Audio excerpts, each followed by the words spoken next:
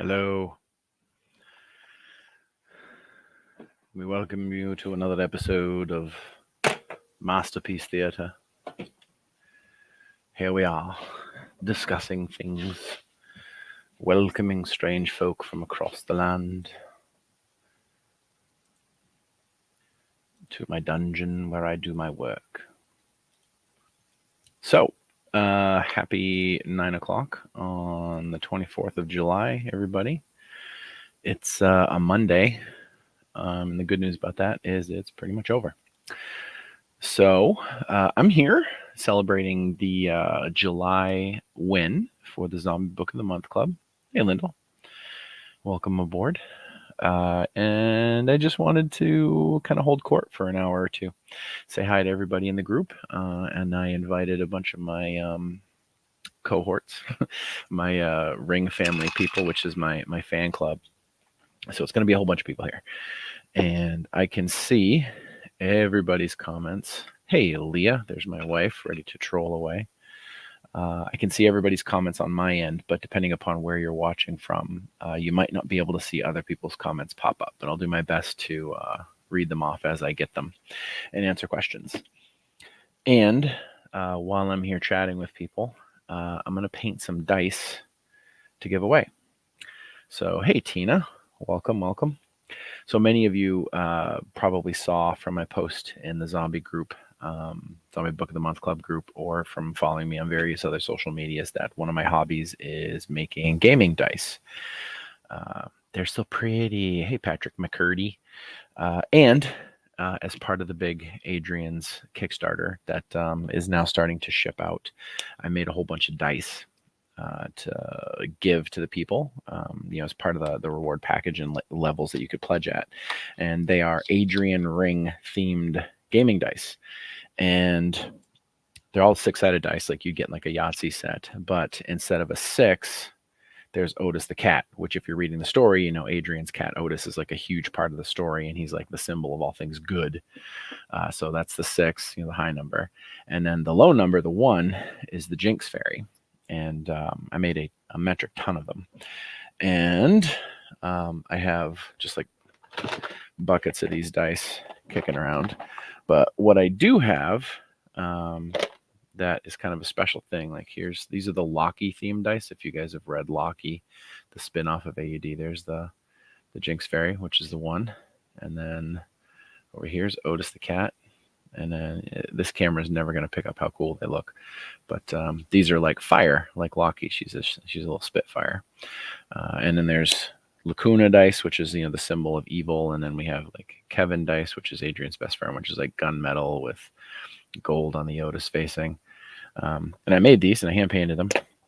And I custom make dice for people for fun and for, commissions and whatnot. But during the process of making these, for the Kickstarter, I went through a whole bunch of test fails. Put your hand behind it like an influencer. No, I don't want to. But I had a whole bunch of fails. Fails for one reason or another. And these are like the prototype, first casting dice. And I haven't done anything with them, and now that I'm here, I'm going to give them to you folks. So there's a whole bunch of different kinds, and I can't guarantee what ones people will get. But like, for example, put it behind your hand like an influencer. Does that help everybody? No, it doesn't. So this one's glow in the dark, and you can see one facing is like kind of opaque, and that's glow. And then the rest of it's just like a little sparkly and clear. Yeah. But this was a fail. Still neat looking, but it wasn't what I wanted. And then I've even got ones that have, you can barely see these things, but they're teensy weensy Halligans. Tiny Halligans, which were really cool. Problem is that the Halligans all sank to the bottom. You can see they're all right there at the bottom. But that being said, they're a neat little curio. And as I talk to you guys tonight, I'm going to be painting these for you. And then I'll pick some winners based on whoever, jumps in, joins chat, says hi. And while I'm here, if anybody wants to ask any questions or shoot the poop, I will be happy to answer any questions. I can also monologue, but usually that's boring unless I have someone to inspire me. But yeah, here we are. So First question, does anyone have a color suggestion for the numbers? Hey, Mr. Fagan. Mr. Fagan and I hung out the other night. It was a good time. So most of the glow-in-the-dark ones are either just straight up glow-in-the-dark. And it's a blue glow-in-the-dark, I believe, on these fellas. So they look clear like this. But when they luminesce under light, they turn kind of blue. I don't know if I'll be able to get it to show. How jealous are you that I'm getting grasshopper? Oh, man. I know the chicken I had tonight was pretty solid, Leah. So pretty happy about that. Grasshopper, if you're curious, is a vegan Chinese restaurant in Boston that my wife loves. She's visiting her mom, and she's getting her favorite restaurant's food, and it's good food too. So hey, here's what it is. Does it luminesce? Does it luminesce? What kind of? Can you see? Put your hand in behind it like a weird person. See, it turns blue.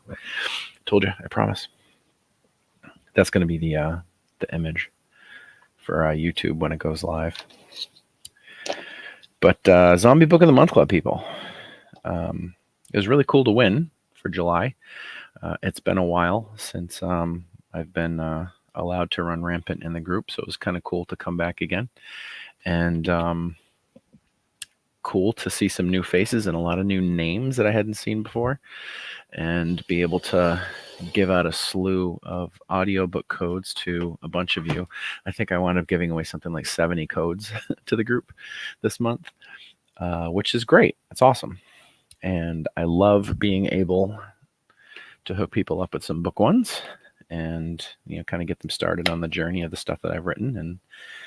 And, Audible gives us these codes to, promote and get reviews. And the Zombie Book of the Month Club is literally the exact people that, you want to be looking at your book. So it's a great opportunity. And I hope those of you who got some codes this month were hopping. Am I glitching? Every time I looked away, it seems like the screen's hopping. It's probably just the demons in the Matrix, but, whatevs. All right, I'm going to do some of these black. Hi, Shirley. Congrats on the win. Thank you, Anthony.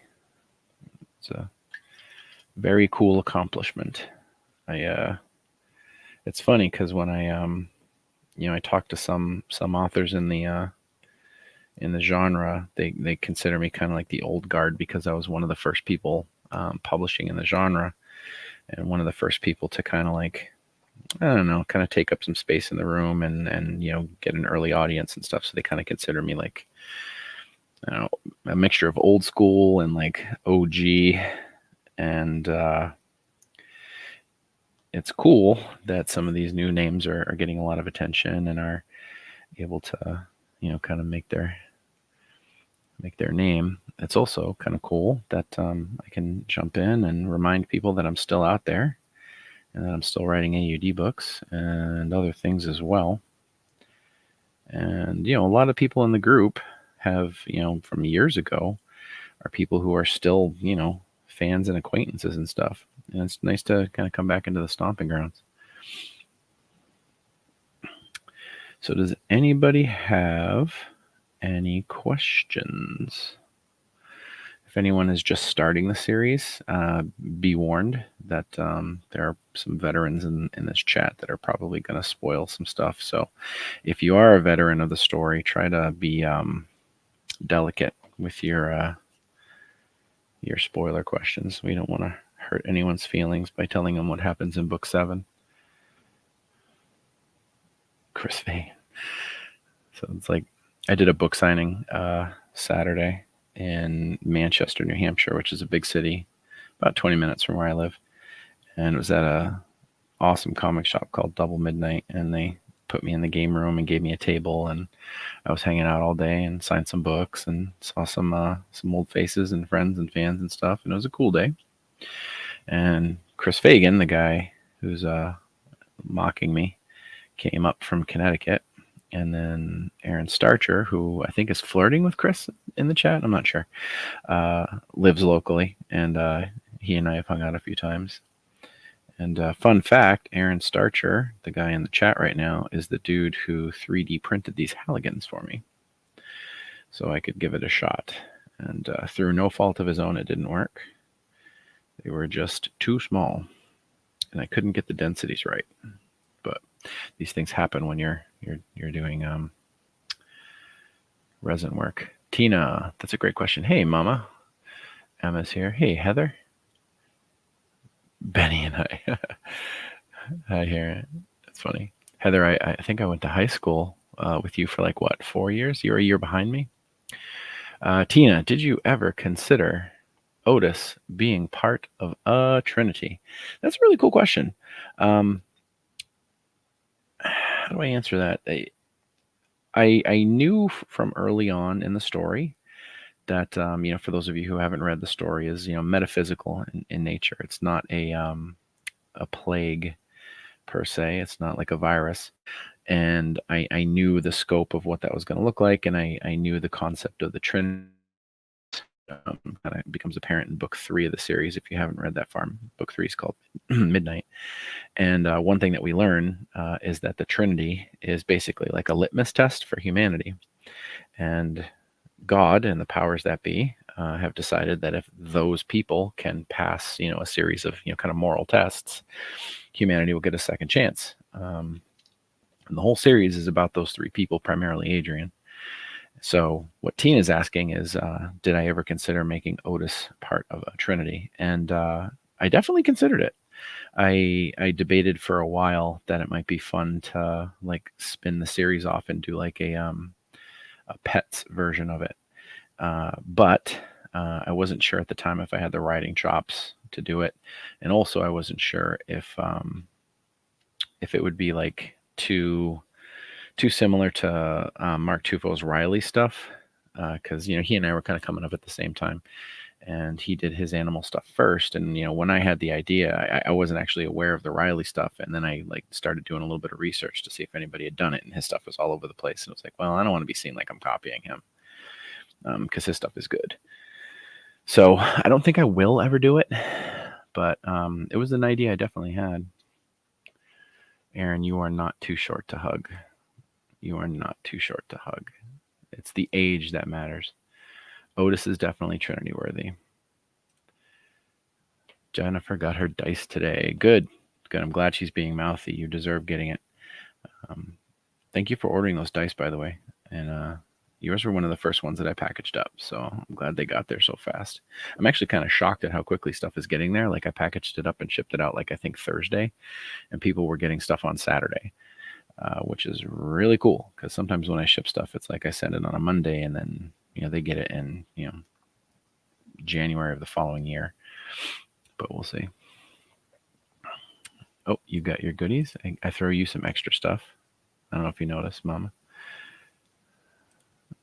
We're not jealous. Yeah. So yeah, Chris Fagan, by the way, being a buddy of mine, has gotten himself written into the story pretty significantly. He's post book 9, after the end of the core storyline in book 8, Chris is a recurring character and becomes one of Adrian's, I guess you'd say, trusted cohorts.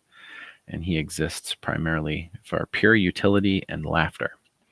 Chris's character in the series is a source of great comedic relief. The most recent book has a story that I wrote for Chris called Tactical Septic Tank. And you can imagine how that story goes. Yeah, Ben, 94. Yeah, 96. We are getting old. It's tragic. I get older every day, and I do love you too. You guys were family growing up. And I do mean that, family. Mail sucks here. You're still waiting on your Y2K survival kit. That is true. Aaron, fun fact, the books that I am sending to you and Juliet are sitting on the desk right here. Right here. Can you see them? They're right here. Well, I'm not actually touching them. This is a trick of perspective, but they're right there. I pulled them and set them aside and then didn't get to package them up today. But they are here. They are ready to go, and I will be putting them in a box with all the goodies that you are entitled to and sending them out soon. Whoop. So that's cool. You can see them. I'll put down my hands, make sure they're clean. And these are These are yours, Aaron. Da, da, da. 1, 2, 3, 4. Ta-da! So these are the new hardcovers. For those of you who are unaware, I've been talking about this nonstop for like 2 months. But when I first started publishing the Adrian story in print form, I had no intention of ever doing hardcovers. It was kind of like a lark just to see what would happen. And then here I am, 13 years later.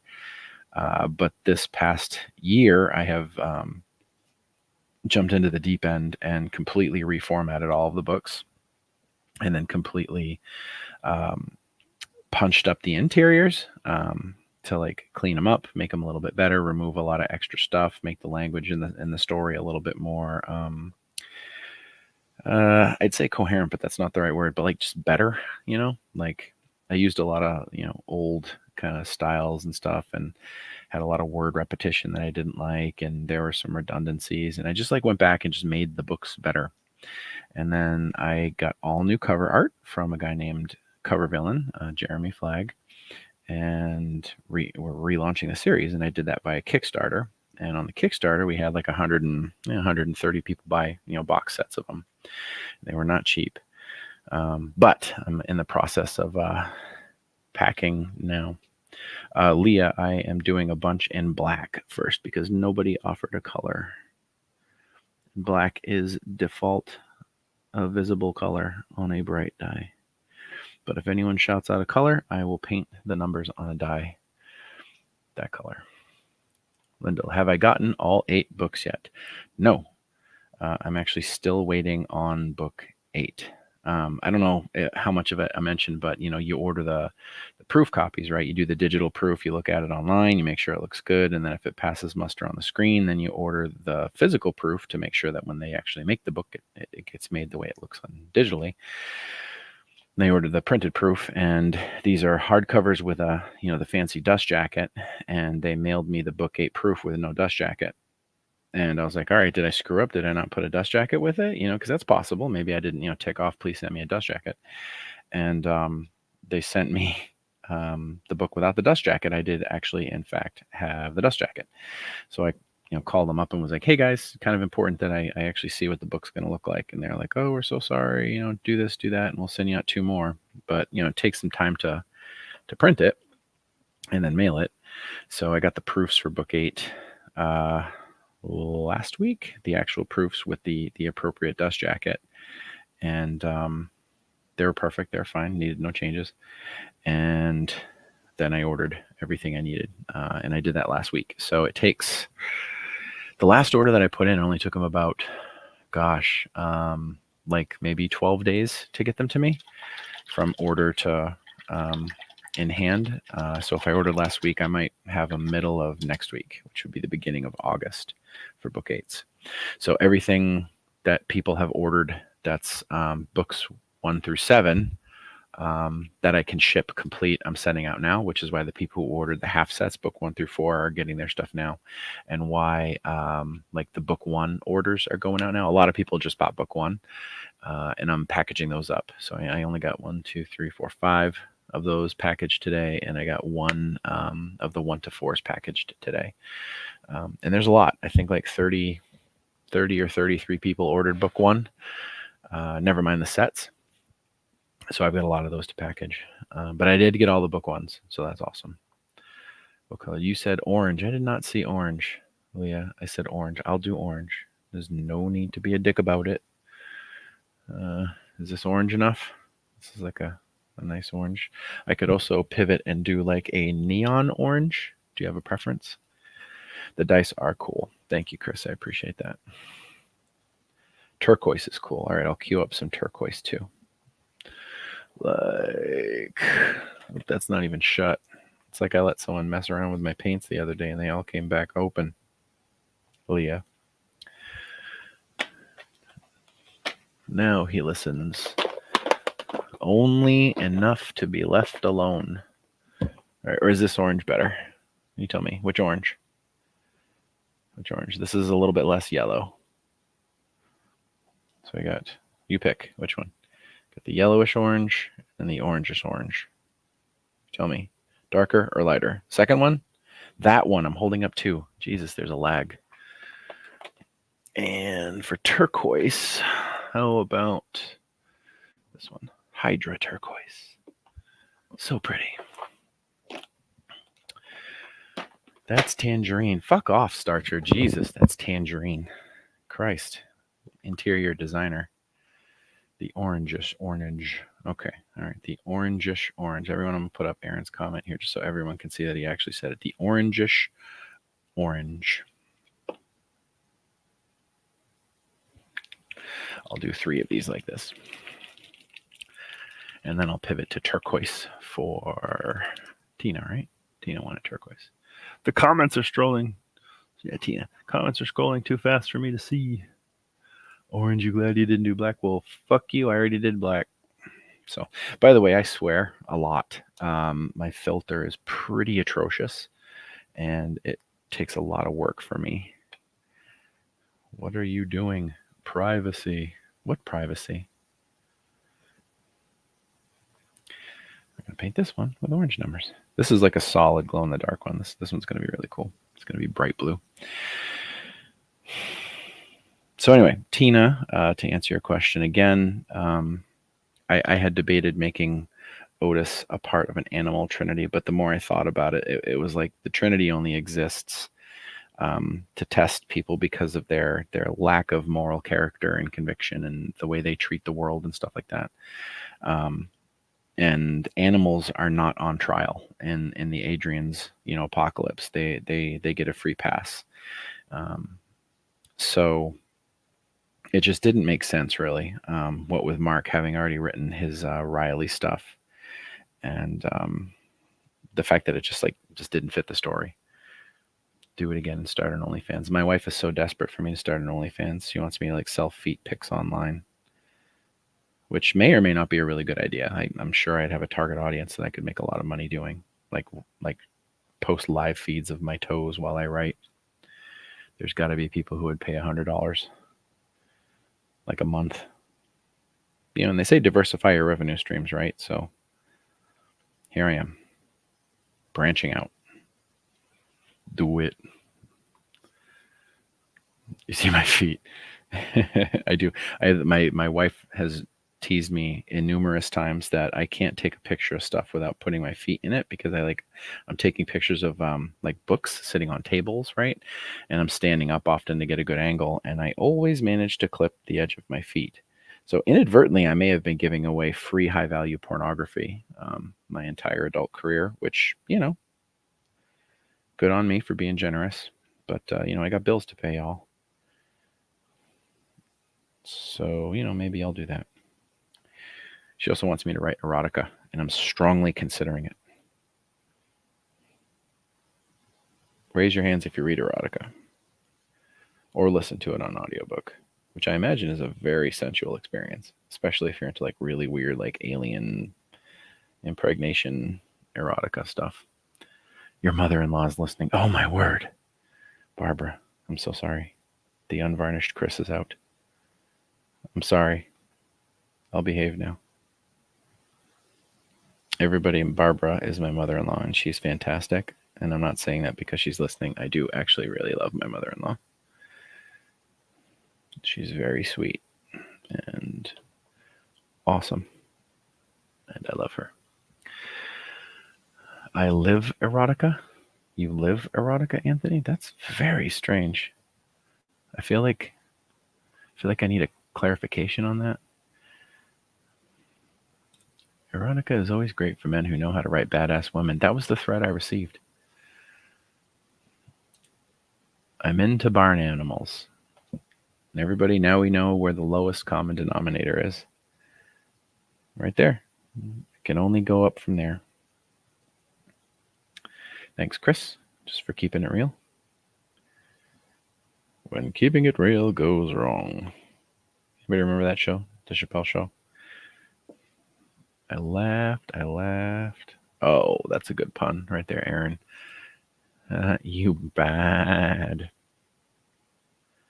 I turned down the volume and she missed your professing you love. Oh, well. It's recorded. Just skip ahead to where are we? 24 minutes or so? You can censor me. And I do need censoring. I'll be honest. I need a handler. I do need a handler in life. Orange. Looks good, right? It's nice, right? Nothing too crazy. I don't. Crazy's okay. If you're into the crazy stuff, I'm all for it. Go for it. Like do your thing. Ain't shaming nobody. Orange does look good. I do like this orange too.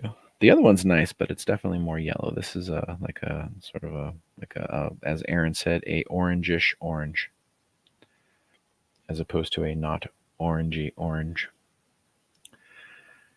Oh, Jillian's here. Great. The blasphemy. I should patent that and just like call my live chats the blasphemies. See how long it takes to draw the attention of the prudes till they rain down their hellfire on me. Yeah. We have two starchers in the chat. We have a husband and a wife, which means at any point in time, if you're watching the comments, there will be massive amounts of trolling of each other. So that'll be a fun sort of side quest you can tune into as we chat here. Does anyone have any serious questions I can answer as we mock and ridicule each other and joke about wildly inappropriate things here in the Zombie Book of the Month chat? We just restocked our peanut butter and the dog became excited. We've got 2 streams running. That's right. This is like an episode of Cops, right? Like you tune in to see these people be professional and protect and serve, but really everyone's looking at how crazy the meth heads are. I couldn't even tell you how many times I watched Cops as a kid growing up. I was fascinated with that show. I wanted to be a cop, for those of you who did not know that. I actually that was like a life goal I remember telling my dad about when I was a kid. And when I went back to school to get my second degree, I actually got a criminal justice minor. And fun fact, I was hired to be a New Hampshire State Police trooper at one point in my life, but wound up taking a different job offer to work at a treatment facility. So that was cool. I wonder if that would have been a better choice for me. Because, the pension would have been badass. How many times have I won the award? The Zombie Book of the Month Club, I assume, is what you're asking. And to answer that variation of the question, I have won ZBot MC 3 times now over the course of the last 12 years or so. And I've actually bowed out a couple of times where I was in the running for the voting and I could have won, and I actually removed myself because it was just, it didn't feel right because, other people deserve the attention. There are other fantastic authors that are, desperate for air, and I want them to get their chance at it too, and this month kind of snuck by. I didn't realize that I was nominated and leading or near the lead until it was basically going to be mine anyway. And I was like, all right, cool. This will be fun. I haven't done this in a while. And it is fun. You just join the group. It's a great group. They run a really great group. The crowd there is really into the genre, and they're knowledgeable, and they're very, very good at, just consuming huge amounts of stuff. So if you're looking for suggestions that are very specific, there are people in the group that have probably already read or listened to stuff like that and can recommend stuff. So it's a really good group for finding new stuff. 9th grade guidance counselor told me you were too short to be a cop. And Aaron, what did you do? What did you do with your life? What did you do with your life? And to be fair, I've seen cops probably shorter than you. They were protecting gingerbread houses and stuff. But granted, I have seen police officers shorter than you. Now, well, I was going to be a cop, but then I took a common sense to the amygdala and quit. Yeah, well, to be fair, I don't think I'd want to be a cop in Argentina either. With inflation, what do people have to steal to eat? They literally just have to steal entire buildings to get yeah. All right, right here. So here's the story. Ready? Let's do the before. Aaron says, my 9th grade guidance counselor told me I was too short to be a cop. And then I asked him, what did you do? became a cop. Haha, guidance counselor. Kaboom. Chris Barnes, when will the AUD D&D game take place? That's a great question.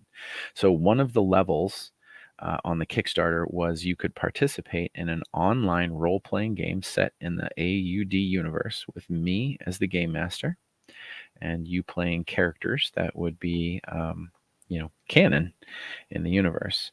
And 4 people bid on that level at a maximum of 5, and 4 people won. And I just gathered all of the information from all of the people with the surveys and stuff. So now I have all their names and all their contact info, and I'll be reaching out to them to kind of set things up sometime soon, sometime in the next probably month or so. And the big thing that I now just kind of need to sort out is where I'm going to do it, because I want to do it live, just like we're doing now. Like, it'll be really fun to have everybody on screen, kind of doing that. And there's a bunch of different ways to do it. One of the guys who won is actually a friend of mine. He bid and picked it because he wanted to be a part of it and didn't want to miss out. And his name's JB, and JB is more commonly known as Defrags. And Defrags, his alter ego, creates EDM music, like a lot of dubstep and like vocal trance and stuff like that. But I'm really into it. So if you're looking for some EDM music, DEFRAGZ. But Defrags has a Discord server. And I might have him host it because he also has a Twitch, and it might be it's like a built-in network, and he has a bunch of people who watch him already. So it might be kind of fun, and it'll be free. We'll just stream it, and people will be able to kind of look over our shoulders as we play, and you'll be able to see. And I had them pick what genre or what time period in the AUD universe where things would take place, kind of more like that day, or during the town kind of period, the Westfield era. And then also after book 8, which, without giving stuff away, the world is very different after book 8. And I'll be announcing all that stuff later. Abigail, watching this and Megan at the same time. Ever thought of doing an AI apocalypse story? So literally the conversation that I had at dinner after the signing on Saturday, we had an hour and a half long discussion during dinner about artificial intelligence and the idea that I have for my next story. And I was talking to Chris Fagan, who's here in the chat, about it. And I was like, I want to do something that's topical. And I was talking to DJ, the current narrator for AUD. And we were like, I want to do something with maybe artificial intelligence in it. So have I ever thought of it? Yes, in fact, I have. And furthermore, I was thinking about it the other day. So if you had to eat one meal for the rest of your life, what would it be? You know me, I can't pick a favorite anything. But it would probably be either a really good curry or good Mexican burritos or something like that. Most American food is just kind of meh, The rewards on the Kickstarter are pretty legendary. I like to give people cool stuff. For example, sitting here on the table, I've been packaging them. I did challenge coins for Adrian, right? And these are black nickel and shining gold. And they say, E pluribus D's nuts. And they have my name and Adrian's in the diary. And on one side, his head and the biohazard symbol, which is just kind of like a Trinity symbol as well, because there's 3 on it. And then on the other side are crossed haligans and manhole cover fireman kind of iconography. So these are metal. They're legit ting challenge coins. And I had those minted, and they were part of it. And then the dice are cool. And I did Mr. Journals, actual Mr. Journals, which I have one back here, I think. Where is it? Where are you? Ugh.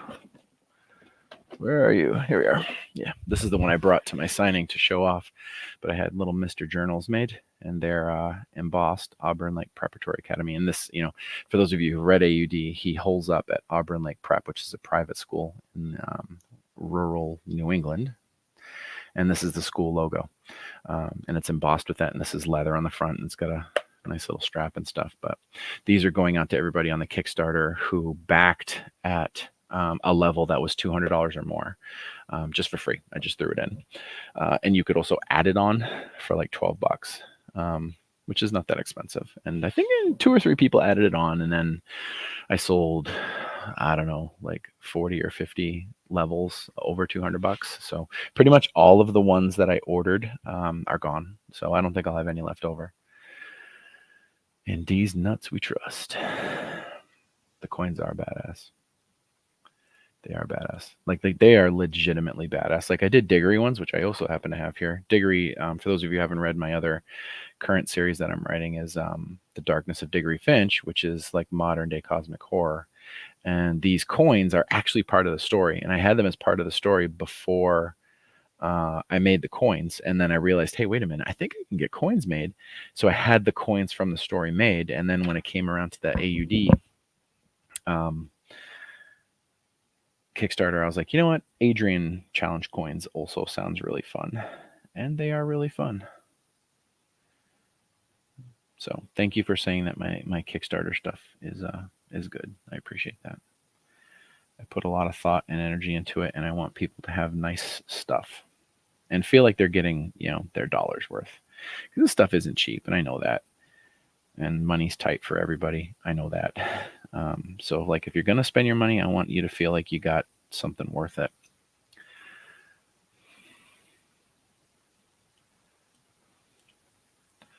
Makes me wish you had got one, but you spaced on adding. Abigail, if you still want one, just message me, and you can just shoot me the money after, because you're already a backer. I would be totally chill with you adding on. Several people actually did stuff like that where they finalized their survey and then were like, shiza, I didn't add this thing that I wanted. Here's turquoise. How's turquoise look? Pretty cool. Yeah. Just message me. The coin is really cool, Laura. I can't wait to flip a coin while you decide someone's fate. They are like, the Two-Face from Batman coins. Like, they are legit. Like, they feel robust in the hand. They're not chintzy. I did not spare on that. They also are expensive. So, you get what you pay for, generally speaking. You buy nice things, you have nice things. Sometimes you can get away with inexpensive stuff and it winds up being nice. And last, but, the dollar store exists for a reason, and people don't think reliability when they think of the dollar store, do you? Like, yeah, I'll get that at the dollar store. That'll make it last. Said no one ever. And Diggory. Yeah, Aaron's also got a horse in that race, because during the Diggory Kickstarter, he backed it at a level where he got to put his last name in the story. So the Starcher family is actually a part of that story. So take his recommendation with a grain of salt. But yeah, it's actually a really fun story. It's not zombies, obviously, but there's like monsters and sketchy stuff and cults, and who doesn't love a good cult story, right? In America, we are literally like just cults one after another. When will the next Diggory be released? Tina, you're killing it with these awesome questions. The easy answer is I don't know. I am working on it presently. It is fully outlined. I have laid out the book. It is ready to jump into. But this summer's been really crazy with the kids out of school, and we've had some sicknesses running around, and my wife's work has been really successful. And I've been, making sure that she's getting whatever time she needs to kind of keep her business, pushing in the direction she wants it to. And I've been just distracted by this Kickstarter, which has taken up an enormous amount of time. And I also got hijacked by a bunch of comic book projects that kind of resurfaced after being, kind of on hold for a while. The good news is book 3 is a relatively short book, all things considered. It's not like a 120,000 word mammoth. It's going to be right around the 80,000 word mark. And Diggory writes really fast. He's easy to write. His stories are really fun to write. And historically, when I actually sit down to bust those out, I can write them really quickly. So my hope is probably early fall, like September, October, with the next potentially final AUD book around Christmas time. But we will see. I also want to write that adult level book. I want to try doing that. So I would like to find time to fit that in, if you know what I mean. Oh, that came out cool with the black. Right. That black is inside the die, by the way. That's not painted on. Oh, yeah. Always picture the small town Diggory moved in like the Gilmore Girls, but with more tentacles. That's actually a very, very fair way to describe it. The town that he lives in, Twin Falls, is remarkably benign on the surface and quiet and idyllic and rural and nice. And then, you start to peel back the layers and a lot of weird stuff going on. Diggory is at the center of it and he doesn't understand why. But that's the story, right? Comic books. Comic books. Final AUD. Potentially. Yes, Abigail. The final AUD. With an asterisk. Can I put an asterisk next to that? Because I'll tell the story because those of you who are just starting the series, you're hearing final and core 8 books and what does that mean? I'm so confused. So when I originally wrote AUD, I was writing online, posting it to my website, adriansundeaddiary.com, which is no longer up. And when I finished it, I wasn't writing for book. I wasn't writing to put it in a book. I was writing just for the website. And when I reached the end, and then later subsequently published it, that turned out to be 8 books. And I was done. I was done. I had been writing AUD nonstop for 2 straight years, and it was intense, and I had like crazy deadlines I put myself on, and I just needed a break. And I had a natural ending. Like the book, when it ends at book 8, it's the end. Like it is the end of that story.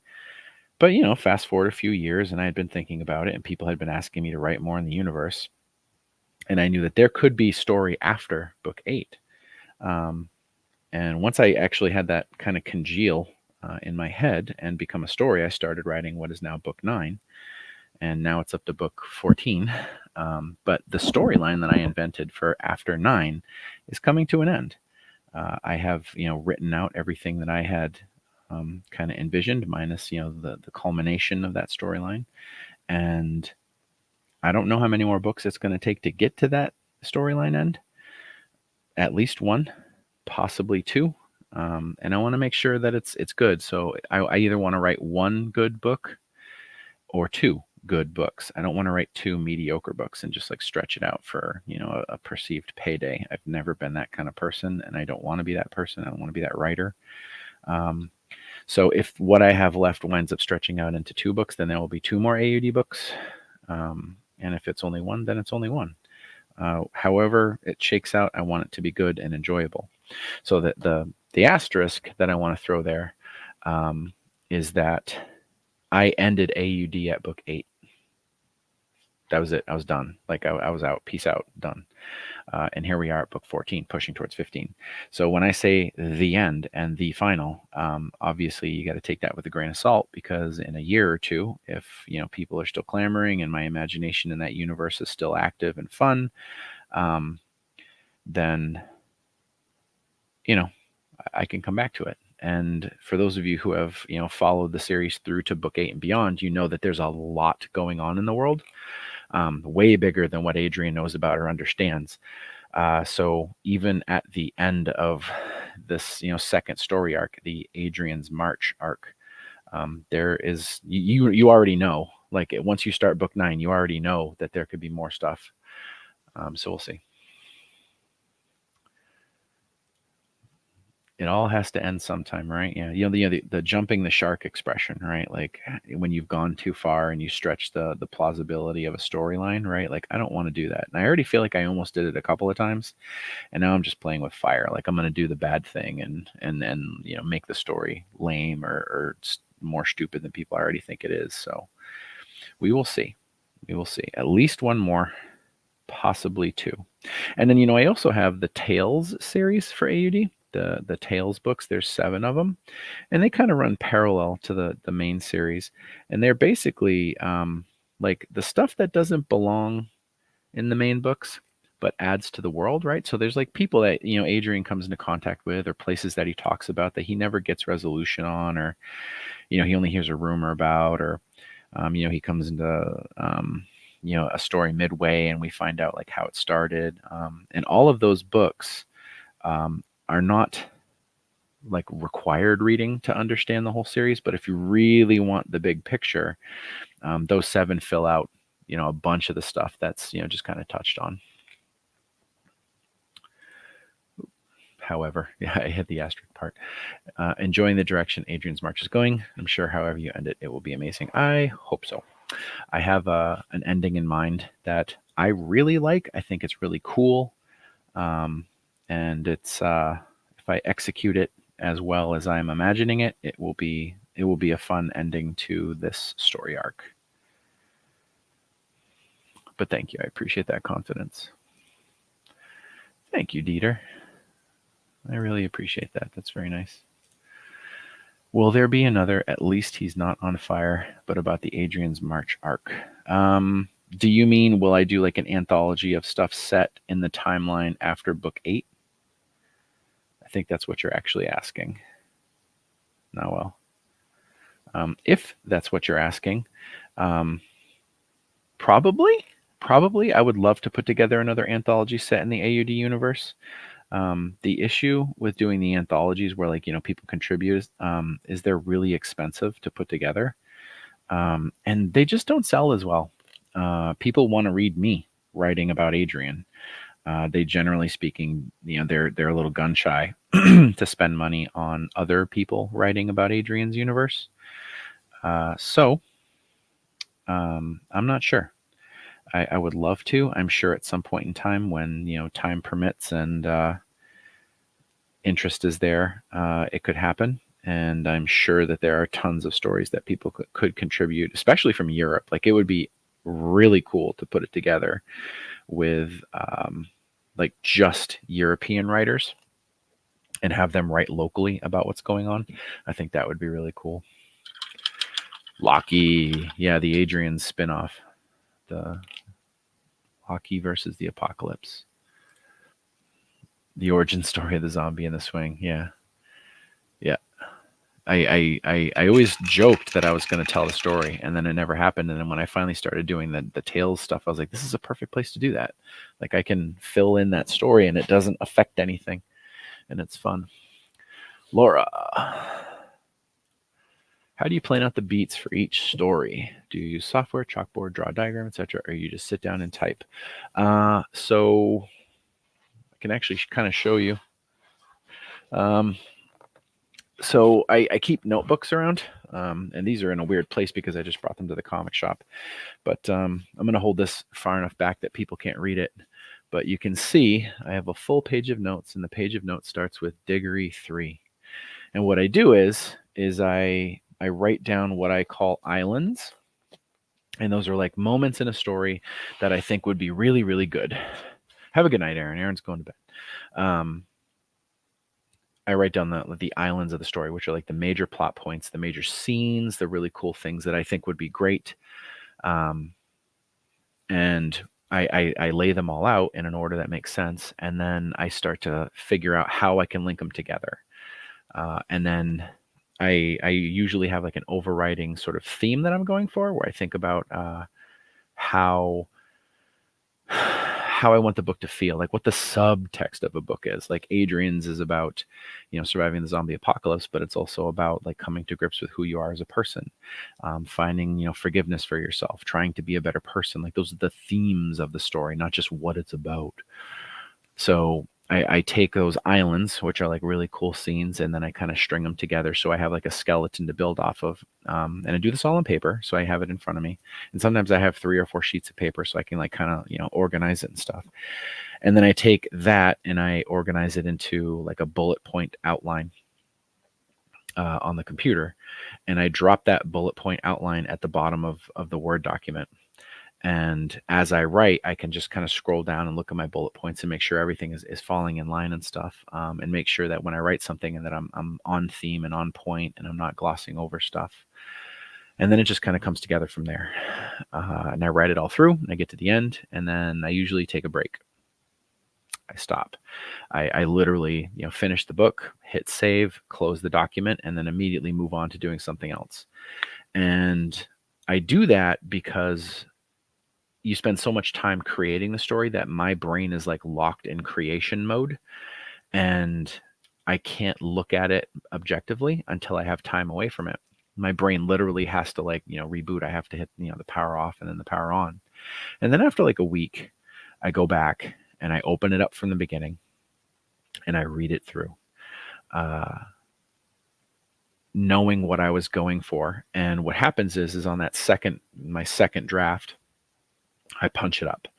I take like the crappy descriptions that I was just writing to link everything together, and I make them more detailed, and I add to it, and I remove all that crappy language like it was, or the stuff that doesn't really say anything. Like instead of saying thing, put a descriptive word in there. Say what you mean. Don't be vague. Be specific, because specific words are way more interesting than vague ones. And on that second draft, I do all that, and I make sure that everything's together, and then I go back to my bullet point list and make sure that I did it right. And if I didn't do a part, I need to make sure that, like, you know what, not doing it is the right choice. And sometimes those bullets just get sent to the next book, because it's like I still want it to happen, but this wasn't the book that it belonged in, and they just get shuffled into the next bullet point list. So I hope that answers your question. Yeah. Behind the curtain stuff. Locky-based tales? Have you, Michael Jordan, interesting. Have you started exploring the power of GPT? I will not use AI to write. Um, I have fidgeted around with the AI programs just to kind of see what they can do. And in terms of creating fiction and creating content, they're still not good. And also they're soulless. They're just regurgitated stuff that, the training models have learned from. So like it's not creating anything new. It's just taking stuff from disparate places and mixing it together to kind of fit whatever your prompt is.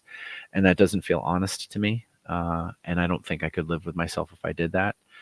That being said, I have used AI stuff to do like book blurbs where, like, I don't know how to describe my own books, right? And they're really hard to write, the back cover blurb or the dust jacket inside. So what I'll do is I'll write the description of the book in, as a writer, and say, write me a back cover blurb for it. And it can organize my plot into a selling document. And then I can look at that and be like, oh, okay, these are the salient points that AI has found that I need to talk about. And then I can take that as an outline and then write a proper blurb. So I have done that. But I don't want to I don't want to use it to write. What would be Adrian's Get Ready to Kick Ass song? So in the author's preferred editions, one of the things that got removed from the original website version was Adrian actually writes a list of his favorite music. And in the editions of the book that are currently available, that's gone. You can't see it. It's been shelved. But I went back and I put it back into book one. So if you are getting the hardcover version, you will get his list of music in book one, I think it is. And he has a list of music that he like. Adrian's full of shit, right? So he just like talks shit all the time. And it's November 23rd. And he like literally ticks off like different kinds of stuff. And it's the first one he lists off his music that makes me want to punch my mom. And of that, like if he was going to be playing something to get jacked up. Now remember, Adrian's story starts in 2010. So he was 34 at the start of the story. So you have to remember like what his musical availability was. And he listened to a lot of like kind of 2000s, 90-ish rap. But on this list, he probably would blast Faggot by Korn to get amped up, or Swan Dive by Head PE, Welcome Home by Coheed and Cambria. So those are big. And then he's just got like all different kinds of stuff. He also listened to some hip hop, and there are some really good like hip hop songs that are like amp you up. So great question, Tina. Yeah, they're just fancy language models. It's not artificial intelligence. They're just like pruning. As a new reader, yeah. Thank you for coming to the Ring family. Thank you for giving my stuff a try. I appreciate it. I understand that my writing style is not for everybody, but when I find people who like it, it's really cool to kind of bring them in and show them what goes on in this clusterfuck that I call a brain. Courtney Santos, hi.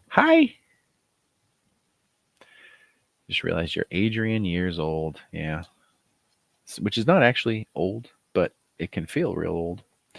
All right, I got 3 more of these Halligan dice to paint here. 3 more. Can I have a color? We've done black, we've done orange, and we've done turquoise. Good night, Tina. Good night. Welcome Home by Coheed. That guitar at the beginning. Dun, dun, dun, dun, dun. Man, I listen to that and I get like my skin gets all prickly. Such a good chord riff, whatever you call it. Red is the first one I see. Red. Abigail's purple. So red. Anthony wins with red, but I do have more stuff to paint, and we'll go on to other colors. So one of these is like a salmon color, I think. That's salmon. We don't want salmon, people. Yeah, that's pretty comparable. We'll use that fella. So, Marianne, you read it as I was writing online. See, these are the OG people, right? Back in 2010, 2011, 2012, when Adrian's was being written live. So for those of you who don't know this, the original Adrian's story, everything's dated, right? He puts up an entry in his journal and it's got a date on it. And if you didn't know this, the date that shows up on that entry is the date that it was posted to the website. So you were reading as he wrote it, like live. And it was an arduous and I'm sure frustrating process for many to live to live with him and his inconsistencies and stuff. Ryan, A is for Abrahamson. Is there a character that you have a hard time getting into the mindset for? So in Adrian's, characters that I struggle to talk or think about.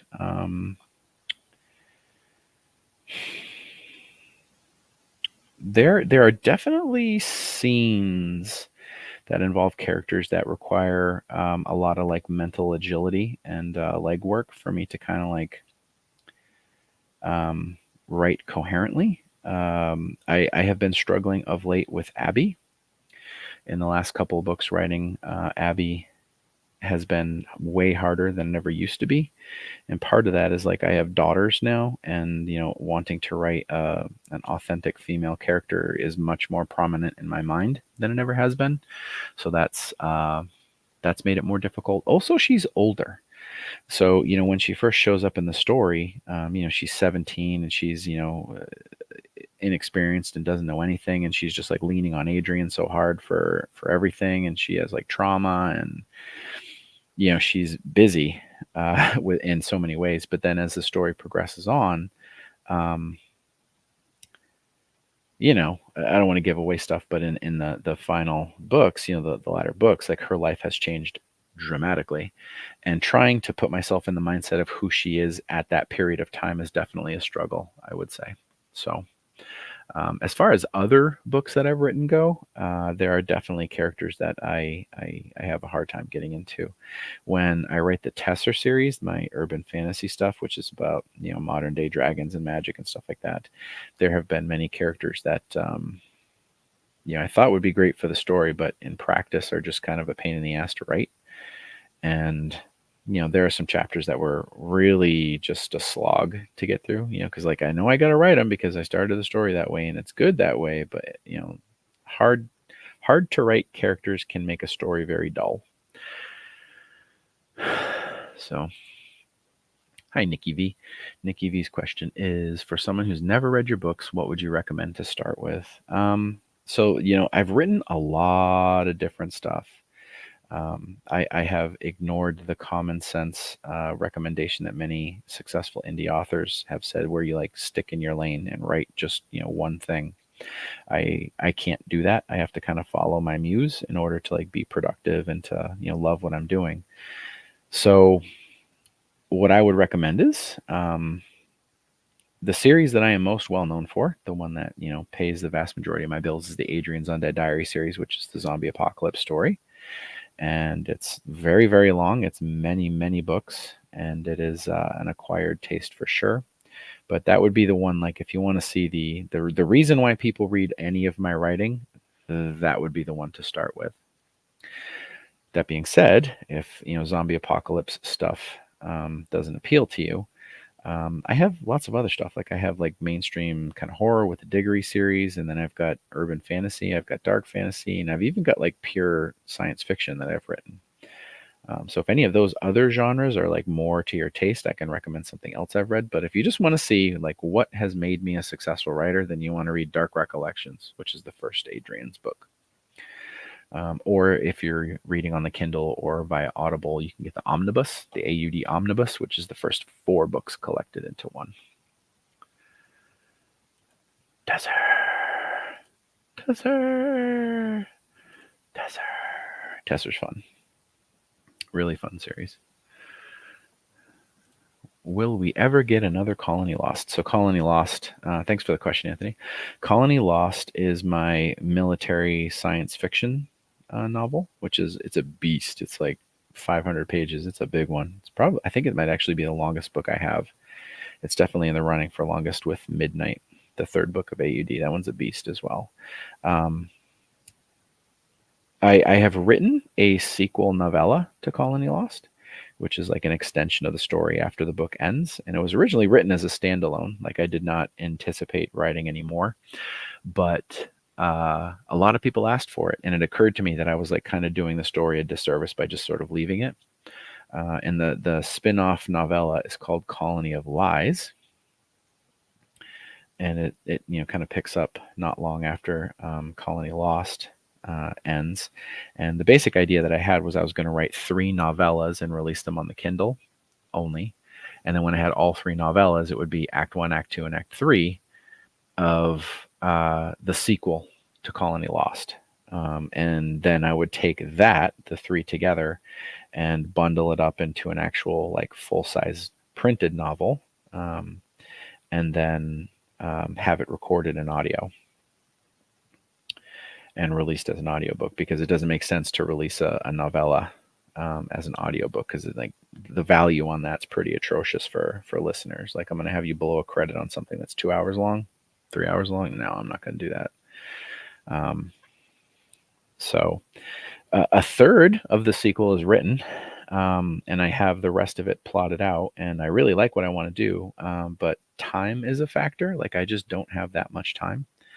And Colony Lost, the original book, just didn't sell the way that I had hoped it did. And there's a laundry list of reasons why it didn't. But it, now that it's been out for a few years and is kind of like just idling, it's hard to be okay with sinking 3 months into writing a book that may or may not sell really at all. So, Nikki, just grab that. Thank you. Courtney, Adrian's Under Diaries on my book club list. Yay! Probably in a week or 2 you'll get to it. If you need anything, let me know. Happy to help any book club that's reading stuff. And if you need me to pop by and say hi or help or talk or send people audiobook codes if they need it, just reach out to me. Always happy to help. I'm excited to help, actually. Like I really like doing it. Abigail, what advice would you give your past self, pre-publishing and all that would have helped you? I'm trying to remember what I said the last time somebody asked me a question similar to this. And I think what I said is get better covers. Some of my early covers are, what I could afford at the time, or they were just kind of like, well, that's good enough. Let's see what happens. And what, I have learned over the years is that, quality covers are a huge deal. And I have had many books out there for a while with just kind of mediocre covers. And, that's something I'm aware of and something I want to fix. And that was a big reason why I did the AUD Kickstarter to get brand new art that I could market better and that just looked better and looked more cohesive and had just a higher consistency and a higher quality. So I would definitely tell myself to just, like save up the money, get the better art. You won't regret it. Also, if I could relay it to my earlier self, I would tell my earlier self, like, you're doing the right thing. That this will pay off, and that all of this work and all of this imagination and all this effort and all of what you're doing is worth it. And I knew it at the time because I was enjoying doing it, but I never. Well, I don't say never, but it took me a long time to really accept the fact that it was something that I could do, like as a living. It was just kind of like, well, let's see what happens. Well, let's see what happens. Well, let's see what happens. Well, let's see what happens. And then after a while, it was, I was making money on the website selling merch, and people were paying me for early access to stuff, and I was making money, like actual money. And even then, it was just like okay, when's the House of Cards going to topple down? It never did. The House of Cards kept getting bigger, and here I am, full-time writer, and I've been a full-time writer for a while. So, who knows how long it'll last, but I did it, and I'm here, and I'm doing the work to hopefully stay in this job, doing what I love to do, and doing stuff like this, which I love to do. So I would tell myself to stick with it, and that it's worth it. Colony Lost would make a baller graphic novel. It would. Have I considered that? No, actually, that's the first time I've ever thought about it. I have said that I really don't like to adapt my own stuff, because I spent so much time making it the way I did make it. The idea of like trying to adapt it into a different format literally makes my penis shrivel. But it would be cool. It would be neat. And I would be down for it. But again, time is thin, and I'm already committed to many other projects. And if somebody wanted to pay me for the licensing and then do it themselves and send me a check, I would strongly consider taking that phone call. Is there a genre that you would love to pivot to? Well, I already said that my wife wants me to write erotica. I will probably at some point try, under a pen name probably, just to see what would happen. Because, erotica makes a ton of money. And if I could bust out a short erotica novel every year to, pay the rent, that would be cool. But as far as one that I would love to pivot to, a lot of people ask me to write lit RPG, and it's a cool genre. And, time permitting, I would really love to try that. It isn't my strong suit, but neither was the zombie apocalypse writing when I started doing that. So we'll see. I think you actually probably did, Courtney. I tried to give that out a lot. And the author who made you love the zombie genre. Aww, it's all my fault. And now you love dragons, because dragons are awesome. You didn't need me for that. Do I love the genre and read it? If so, who is your favorite authors? I have started numerous lit RPG books and not finished them because I just didn't care for them. I'm not going to name names. In the Ring Family group chat, we were talking about lit RPG the other day, and a bunch of names came up, like Drew Hayes. His stuff is really fun. I really like his stuff, but I haven't gotten into the really crunchy lit RPG stuff, just because I don't have a whole lot of time to listen to it or read it. But the idea of it appeals to me because I have a game development background. So the idea of writing books that cross, fiction and game development is really appealing to me. And I feel like it would be easy for me, but I don't actually know. So see, people love lit RPG. He loves it 20 times. So, we'll see. Part of it is a question of time. Part of it is also can I execute it? And I don't want to do it if it's not going to be good. I just don't want to. I want to be able to do it competently. So we'll see what happens. All right, more stuff to paint. Whoop. Whoop, whoop, whoop. Okay, so we heard reds, and I think the next color that someone called out was purple. I think it was you, Abigail. Yep, purple. All right, so we'll go with the purple. Now, Abigail, do you want light purple or dark purple? Ryan here, he says, return to Elmoran with lit RPG. That would probably be where I would start with it. Because I already own that universe. It already has an existing trilogy. And pivoting it over to being a lit RPG experience would be a pretty natural port. Dark purple. Dark purple. Is this dark enough for you? I probably have darker, but Too dark and it'll just look like black. How does that look?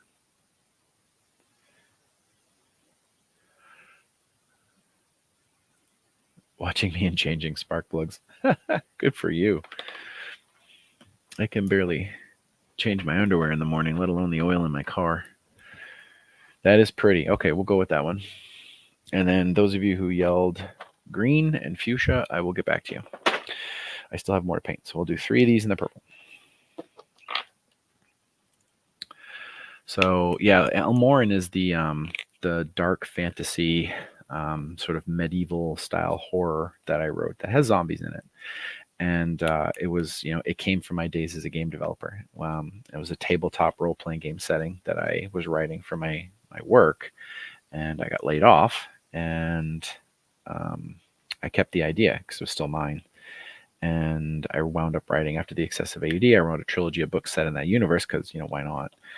And they didn't really do much, but it was the first thing that wasn't like AUD that I tried to write. So it was a learning experience, and eventually I'll go back to it, but we'll see. So, John, at least you change it, buddy. I do. You're right. It's the thought that counts, except when it's changing your underwear. You definitely need to change your underwear. Especially after I said that, if I could only have one meal for the rest of my life, I would want curry or a burrito. So I definitely got to be changing my underwear on the reg. Raz Barlow, good evening from San Diego. What the fuck is San Diego? Is that like a shitty breakfast, or I'm sure it's a place, but I've never heard of it. So educate me, Raz, please. Show me the error of my ways. Mom loved Elmoran and she hates the zombies. Yeah, it's not just about the zombies. It's it's a family story, oddly enough, in a world that has zombies in it. It's not an apocalyptic zombie story. The apocalypse has already happened in Elmoran, and it's been a long, long time, and they're recovering from it. And zombies are just a symptom of existence on that world. But it's a really cool story. It's a really cool setting. The magic there is really fun. Does your wife proofread my books? No, she does not. I have gone to her with ideas, and I've bounced like concepts off of her because she's a really smart woman, very, very smart, and she doesn't think like me. So I know when I'm going to her for advice or feedback, I can ask her, and she'll be very frank and look at it from a very different perspective.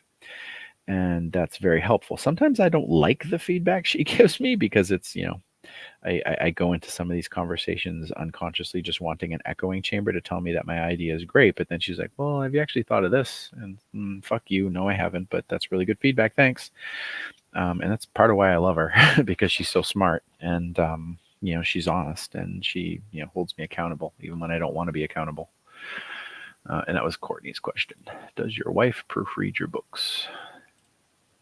Evening. Yes, it is. Congratulations. The opening of the Elmoran trilogy. Yeah, the very first chapter, which Abigail, if you're interested to hear this, the original chapter 1 was not how the book was written. I wrote Elmoran in the same way that I wrote AUD, posting it online to the Elmoran website. And then when it was all said and done, I collected it up into a book. But it occurred to me, when I was getting feedback from people who were reading it, that it had kind of a dry start. And it would be better to kind of make the setting more tense if I showed how tense it was right off the bat. So chapter 1 went from being kind of a boring, slow, we're in the Shire kind of thing, to some bad stuff happens literally before the book starts, and you're just dealing with the fallout on page 1. So that it's a bad place. You missed part of my response. Educate you. It was San Diego. San Diego. What is San Diego? You said greetings from San Diego. I said it a bunch of times. Hopefully the lag at least got one through. Wanda. How you doing, Wanda? Thank you for the encouragement. I appreciate it. Your lurking presence is appreciated. You don't have to say stuff. It's still just nice to see the number of watchers. Lets me know that I'm not just talking to myself and hallucinating again. And when I say again, I mean for the first time. Elmorn, your mom's obsession. Yeah, that's a bummer. Bummer about your mom. I remember that. That was really sad. Losing family's tough, especially when you're close. It's one thing to have a distant family member go, obviously, and another to have someone you really care about go. Courtney, would you ever consider releasing the deleted/tossed chapters? Yes, in fact, I do. So, I'm going to plug one of my my things here because this is literally the only appropriate time to do it. I have a Patreon page, which I don't advertise a ton. I mention it every once in a blue moon because I don't want to be the guy that's just constantly plugging shit, because I'm already the guy that's constantly plugging shit. But on my Patreon, I post everything I write as I write it.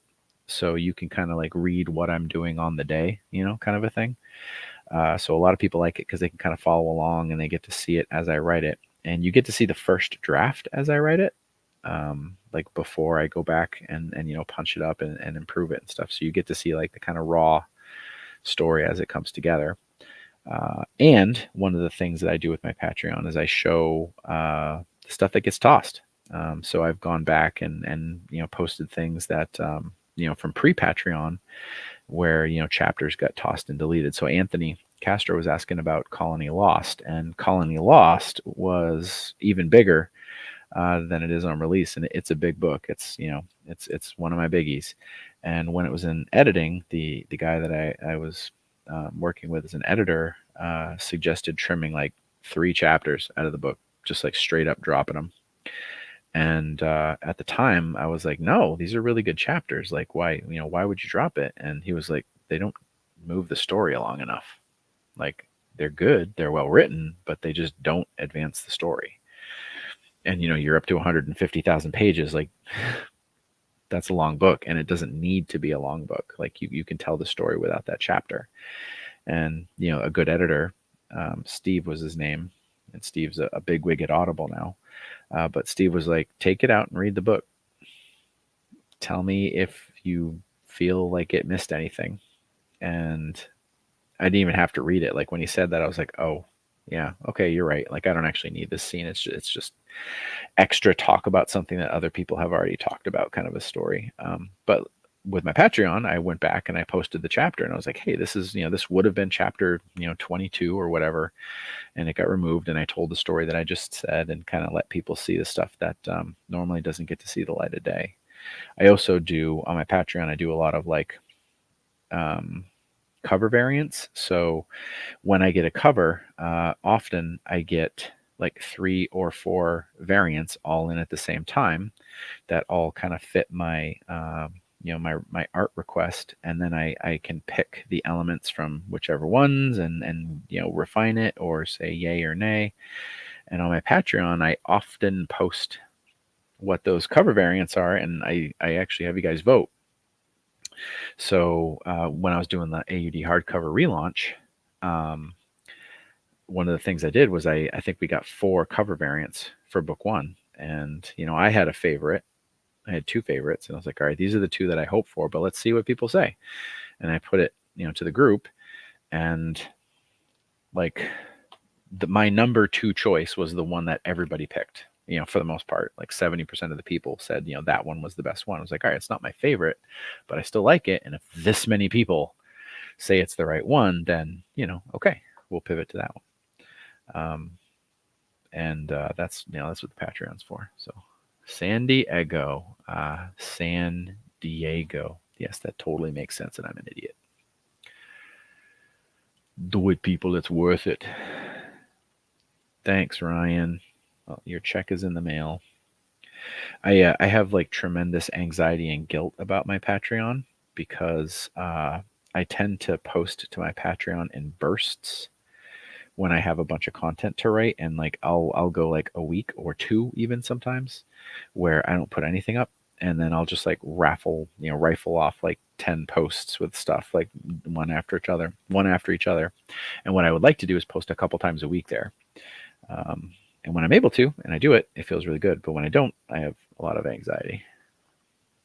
Courtney, are you going to Texas AuthorCon next year?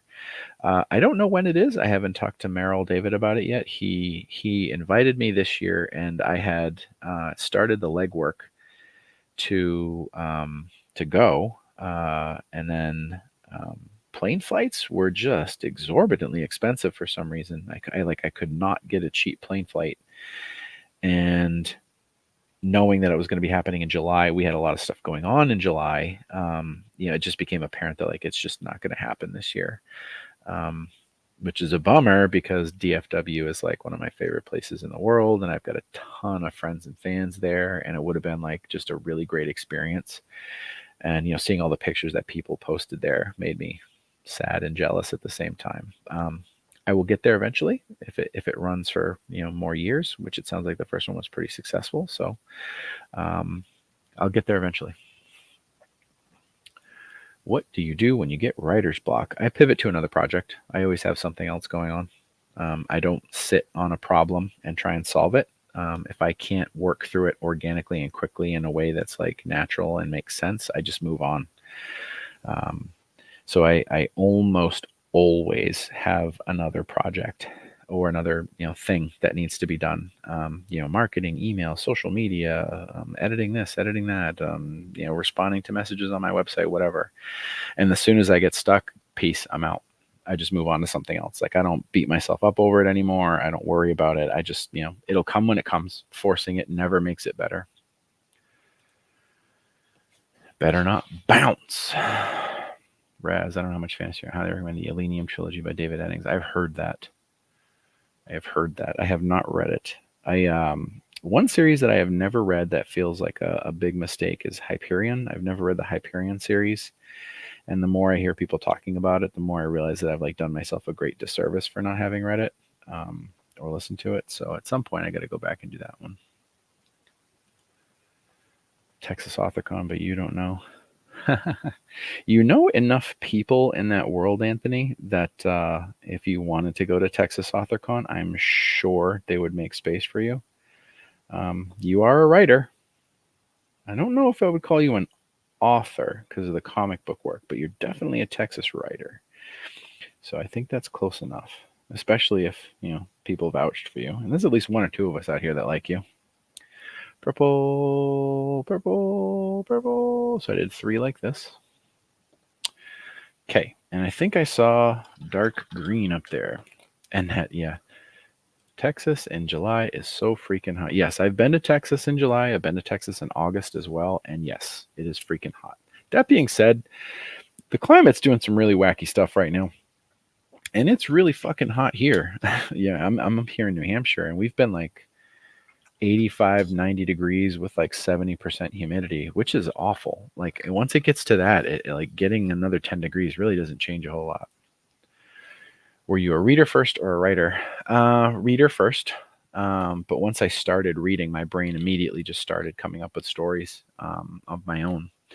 And then, within a year or two of, reading novels and stuff, it became apparent that I really wanted to write. So, Anthony, you being a folded out card table in the corner. Newsflash, that's a pretty good thing. That's not so bad. As long as you're in the room. Who cares? Fuchsia. Chris Barnes wants fuchsia. Fuchsia. What color is fuchsia?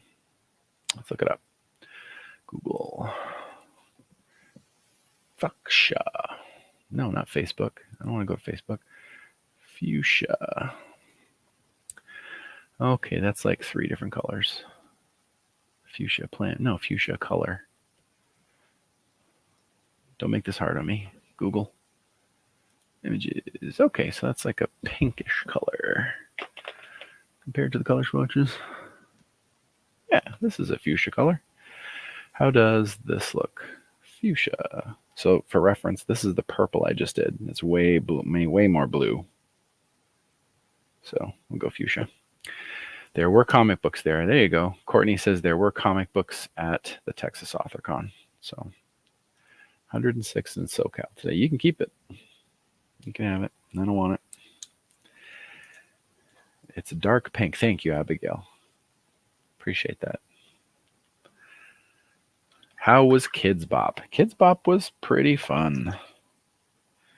I won't lie. It isn't my my desired concert experience. That being said, the kids had a blast. The crowd was chill. Parking was easy. We got out really easy, which is like, as a parent, like, I just want to get the fuck out of there, like, get the concert on and then get us home because it was bedtime, right? Dig in the hoodie. Yeah, this is my Dead Man Walking Comics t-shirt, which is Anthony Castro's comic book company, which I helped edit his first book, which is on Kickstarter right now. If you want to back it, $5 gets you an electronic copy. $20 gets you a signed copy, and we're really close to the first stretch goal, which is me flying to Austin in October to sign all the books with Anthony. Kids Bop was good. Kids Bop was good. It's basically just like a pre-recorded concert, though. Like, honestly, like, they play the videos that you can get on YouTube in the background, and the kids are diddy bopping around dancing, doing the dances from the video on stage. And, you know, I don't want to sound like a skeptic, but I think they're lip syncing. I don't think they're really singing. But the kids loved it. So 2 hours to leave the parking lot after Taylor Swift. Actually, I think that's pretty good. Taylor Swift is like a phenomenon right now. She's like bigger than the world.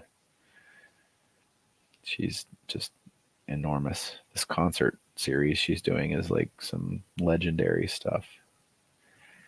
Like, every one of her shows is basically Woodstock again. I saw this really funny thing that was like, Taylor Swift has like nailed the demographic of music for people who give bad teethy head. And I laughed. What the hell? Are you wearing a hoodie in July? I am, because I'm repping my buddy's company. I am promoting my friend's work. So yes, I'm wearing. Also, I couldn't find the t-shirt he sent me. I don't know where it is. It's somewhere here. And I was a little late in getting down here today to get set up because the kids had bedtime and they were up a little bit later. So sweaty sweatshirt. It's also not super heavy. It's not a really heavy one. Raz. Kids Bop, sorry. Slipknot. Yeah. We're here. We might as well go. I have seen Slipknot live. Fun fact. They're actually really good live. And I'm not like really a Slipknot fan. They were not like the show I wanted to see. I saw them at a festival. And I would say they were probably the best act that day. They had just like tremendous energy and stage presence. Like, you could tell they were into it. And like, if the performer has infectious energy, it translates, right? Like, it comes through. So epic show. That's good. I'm glad you like T Swift. Dingman. I would also recommend David Eddings. Yep. Noted. My wife, check out your text messages. Oh dear. This could either be like one direction or the other direction, and she wants me to do it live on camera. So here we go, everybody. Check out your text messages. Ryan, what has your favorite scene you wrote from each of your series? God, maybe you could ask me something that I could actually capture in a single thought. Oh God. Oh God. What the fuck is that? Wow. Wow. Wow.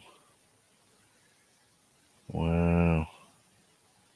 She's at her mom's house right now, my wife, and she's sending me pictures of like old photo albums. That's hilarious. Those are awesome pictures, Leah.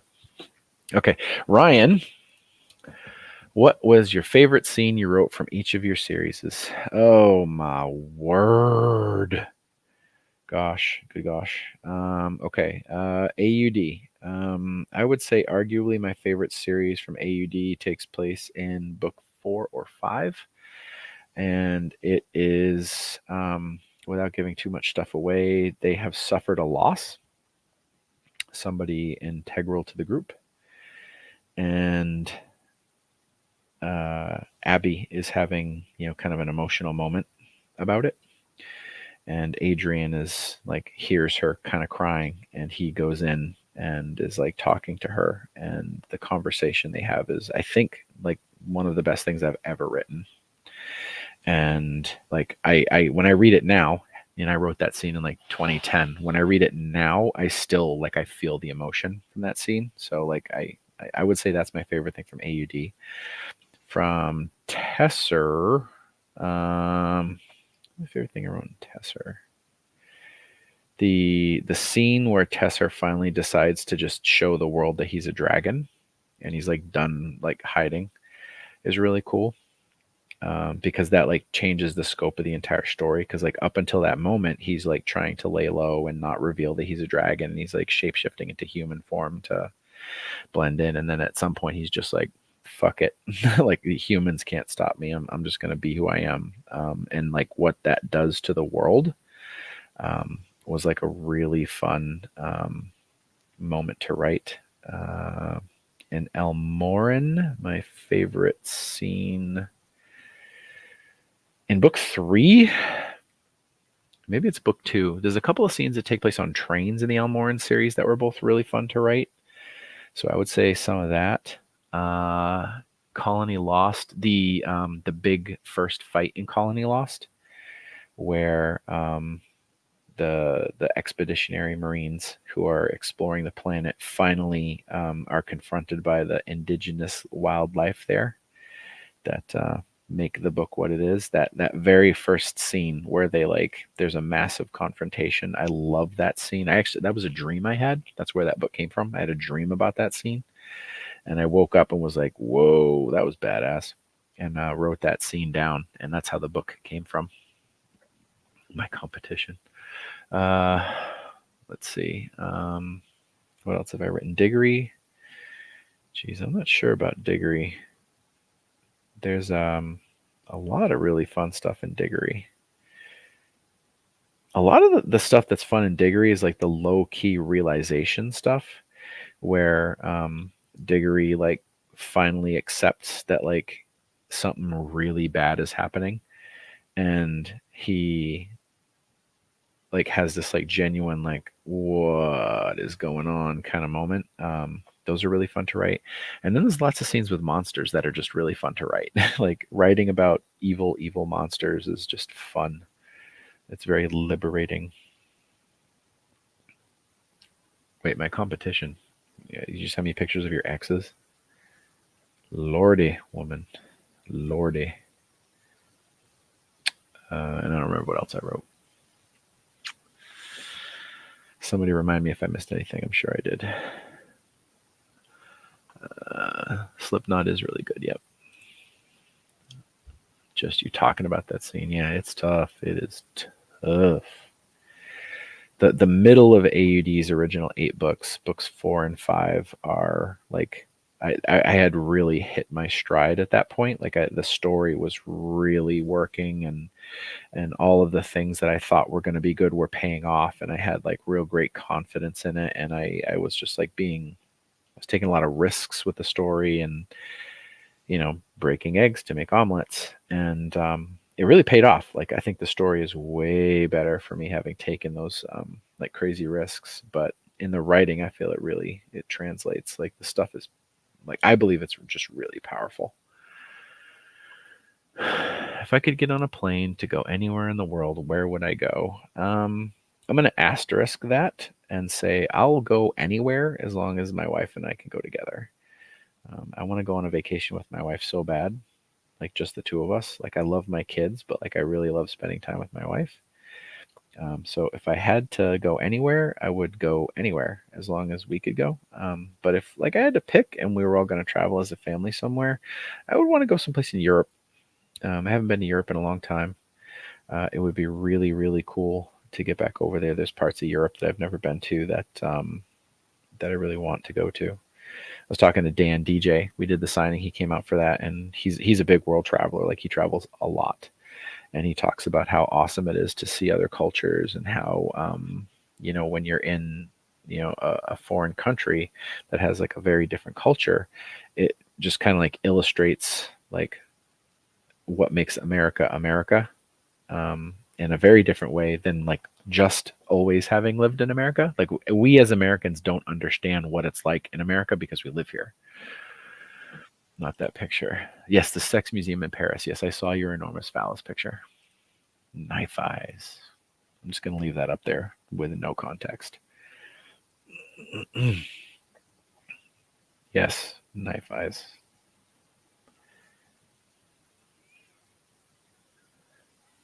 Really?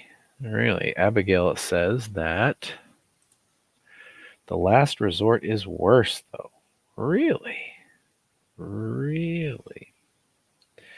I would not have said that, but I can see why you would say that. I get a lot of messages saying that it's tough. So, maybe my radar on that is off. For those of you who have not read that far in the Adrian series, Last Resort is book 10. 10. And there's a substantial confrontation that results in significant loss of life. And it's tough. Yeah, I'll grant you. That's a tough one. Austin, Texas. Ha ha ha. Or maybe Amsterdam. Amsterdam would be cool. That's my wife, everybody. Amsterdam. I would love to go to Amsterdam, having never been. I really want to go to Norway. I have like a low key like chubber for Norway for some reason. And it's not the fact that I'm like 2% Norwegian. Norway as a country has just always appealed to me. It looks really pretty. It's like rugged and mountainous, and it's oceanic as well because it's like all coastline, and like the Scandinavian region has always been like appealing to me. So I would love to go up there. Amsterdam's like right on the doorstep to that area of the world, so that would be nice too. And not just for the red light district and or the cafes. Which is it? Like, coffee shops have weed or cafes have weed? Like, it's one or the other. I forget which is which. Renee, I go to Mexico all the time, and you are so right. Yeah, like you don't appreciate what we have here in America until you leave and see. And I am not saying America is perfect. I mean, I think we're a pretty fucked up country, and we still get a lot of stuff wrong. But like, it makes me appreciate like what we get right here, and also what we get wrong here.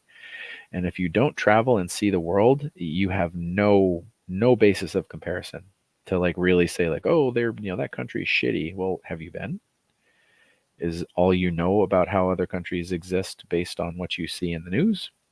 And out of the other corner of your mouth, you're complaining that you can't trust the media. But like, what do you know about places that are different than America? The only way to know is to go. Yeah, she thinks the last resort is worse because it's not just one person, she means. Oh, Castro, yeah, I want to go to Ireland. Yep, me too. I am a significant chunk Irish. I think I'm like 15 or 20% Irish. And I've always wanted to go to Ireland and Scotland. My primary genetic heritages are English, Irish, Scottish, and Italian. Those are my primary ethnicities, nationalities, whatever you want to call it. And those are all places I want to go. I want to go to Iceland. Abigail wants to go to Iceland. Iceland apparently is really cheap to go to and is awesome. My buddy Rich Resneski went to Iceland recently and said it wasn't that expensive and well worth the money. So I would go. First we have Tactical Septic Tank, and now we have Norse Chubber. I'm going to make a note of that. That's a pretty catchy story title. Hookers and Drugs Best Vacation. I could just go downtown for that. If you had a superpower, what would you want to have? I would want to be able to stop time. That's an easy one. I wish I could just pause the world for a few seconds now and then. Think about what I was going to say. Be able to move to different places, escape situations, sucker punch somebody. You know.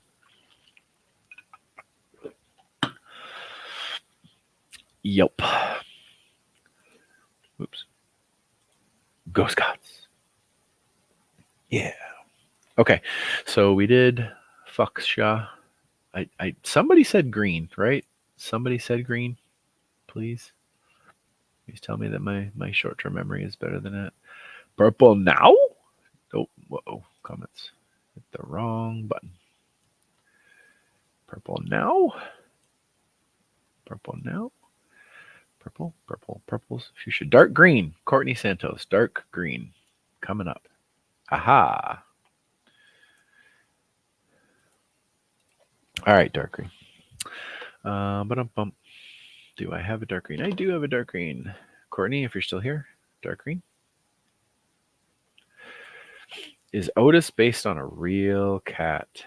Neon booger green. I do have a neon booger green. Is Otis based on a real cat? Yeah, he is actually. When I was first writing AUD, and this is a long story, so bear with me. Originally, it was autobiographical, and I was writing it for my friend Joe. I had no intentions of like publishing it, and I was writing the story as me, like surviving the apocalypse. And I sent him the first 25, 30 pages, whatever, and he was like, "This is really good. You should share it with people." And, no, whatever. And after talking about it, we decided that we were gonna. He's a tech guy. He's like, "I'm going to build you a website. You're going to post it, and we'll do a little bit of promotion, get you some attention, and it'll be good. I think people will really like it." And then it was like, well, I can't do it as me. I can't be Chris writing a story about Chris. So I invented Adrian as a character, and made up this fictitious backstory. And I'm shaking my pain. I'm not masturbating. And in the real world, I had a cat at the time named Brady. And Brady was a big old Maine Coon, and he was just an awesome cat. And he's very much like Otis. And fun fact, when I already said that Adrian's was written and posted in real time. If I was writing and Brady fucked with my writing or did something while I was writing, I included it in the story. So like when Adrian's bitching about Otis like walking on his laptop keyboard, my actual cat Brady was doing that. So, that kind of makes Otis a little bit more real. And Brady was a great cat. He was awesome. He was just this big, goofy fuzzball who, liked to play and loved to cuddle and, wanted to tuck up and sleep. And, he was just a really great cat. And Otis is the fictional adaptation of Brady. Brady lives on. Yep, Brady. I lost Brady in the divorce. Which was a bummer. That was probably the thing I was saddest most about. And that was a long time ago. And Brady has since shuffled off this mortal coil to the over the Rainbow Bridge. And he's a good cat. He's a good cat. And I'm really glad that he gets to live on through the legacy of Otis. It gives me fond feelings. Maine Coon, Sabrina the Maine Coon. That's awesome. Maine Coons are such good cats. If people are on the fence about a cat and you like ever want to just like try out a cat, Maine Coons are an excellent choice. They're like mostly dog, so they do a lot of the dog stuff that dog lovers love. And as they say, or as many people have said, that a lot of people who say they don't like cats have never owned a cat. They just like have a preconceived notion about cats. So a good starter cat is a Maine Coon. They are expensive though. If you're looking to get like an actual full bred Maine Coon, they can be pricey. But they're big, they're fun, they're fuzzy, they're awesome. Chris Fagan, I own 2. That's right. They are awesome cats. My mother-in-law, who I love dearly, is violently allergic to cats, so we cannot have a cat. When I first met my wife, I had a different cat because I like cats as pets. I like dogs as pets too. And I had a hypoallergenic cat. I had a Devon Rex, which is they have like poodle fur. So if you're allergic to cats, um, you can have one. You can be around one, and she was completely comfortable around him, which was really cool. His name was Gilbert, and if you're wondering, yes, he was named after Gilbert from the books. So Otis reached legendary status. Yes, Otis steps into the limelight in a way he never has before in book 14. And I'm so glad it worked out. I was kind of terrified to write it, but it worked out really well.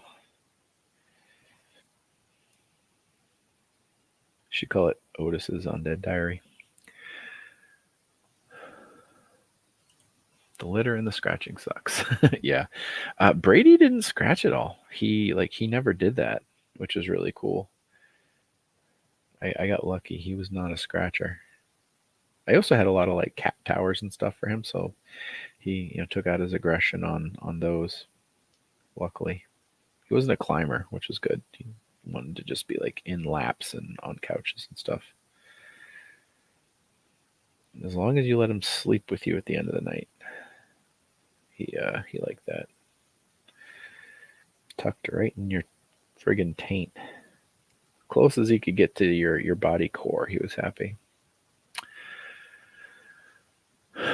Might have cheered out loud for Otis in book 14.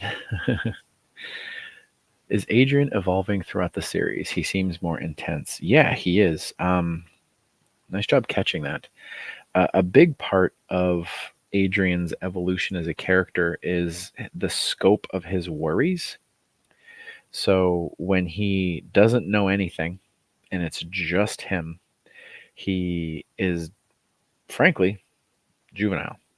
And he talks a lot about like his needs and his selfish needs and like what he has to do to survive and like his like very small scale world of how he's going to live. And he talks a lot about his own mental anguish and stuff that he kind of brought on himself.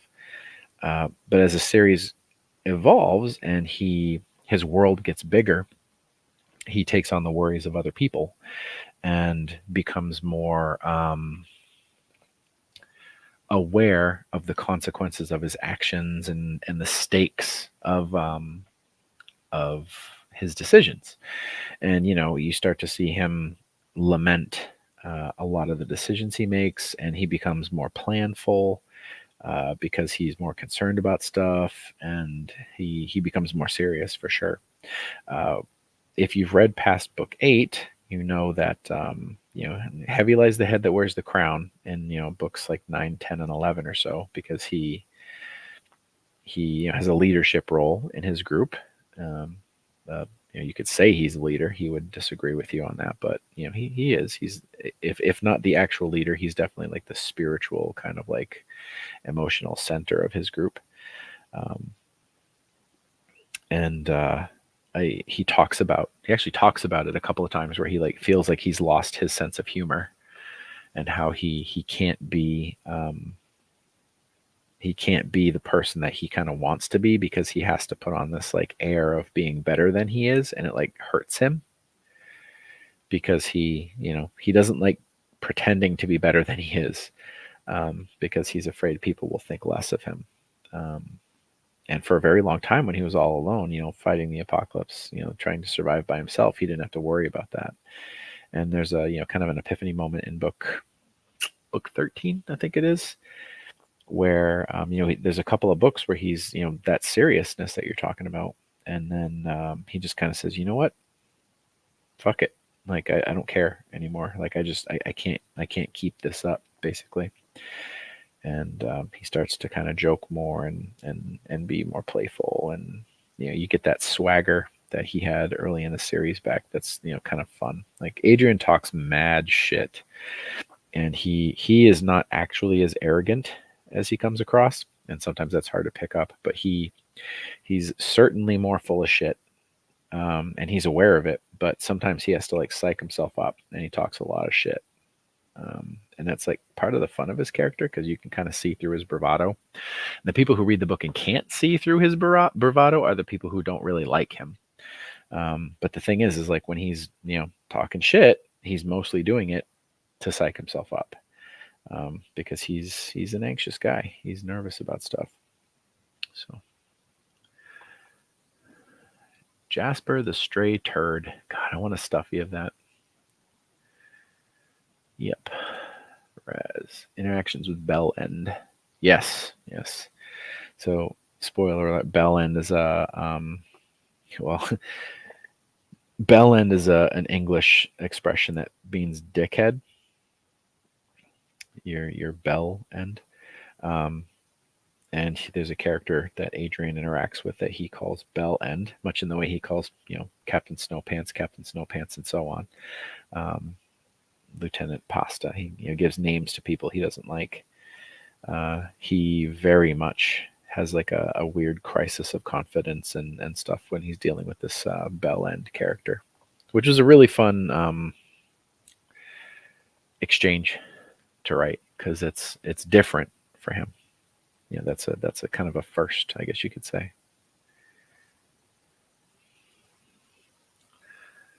Yeah, oh yeah, good point, Miguel. If he's reacting to the loss of someone he cares about, yeah, you get a genuine him. Like he's you know, one of the things about reading someone's diary, right, is you on one hand you get this like really unvarnished vision of them. You get them and all their their prickly flaws and all their mistakes, and they no one's going to read this, so I can say whatever I want. Um, and that's a big part of what makes AUD so relatable, because you're just reading about this guy who's being really vulnerable and genuine and whatnot. But the other part about a diary or a journal is that people use them to create a vision of themselves that they like, right? Like how many people, self-report things in a light that makes what happened, um, or how they feel, more positive, right? Because if we can record in our diary that we feel good about something, then that's how we felt about it, and then we can like change our memory and kind of change our narrative about ourselves. And Adrian does both. And it's hard to tell sometimes when he's being genuine versus when he's being, that blustery self, where he's like, trying to make himself feel good about who he is and what he has to do. Because, oftentimes he doesn't. But he is very much genuine and very real when he's dealing with the loss of someone. When, and sometimes it's like the loss of trust of someone, where he, talks about like the fact that like now he has to live his life differently because something that he thought was one way is now another way.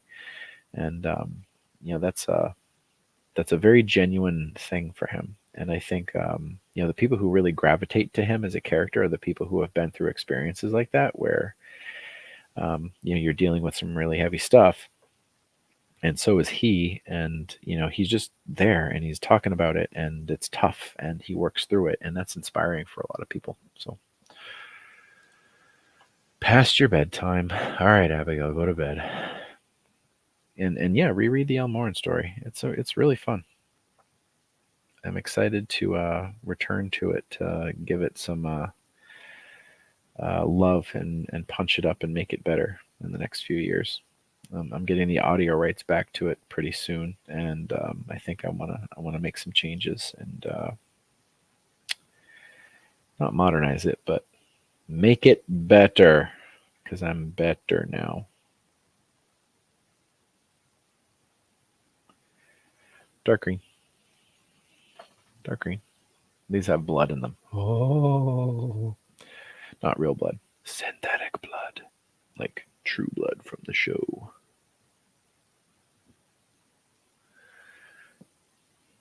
Get in there, paint.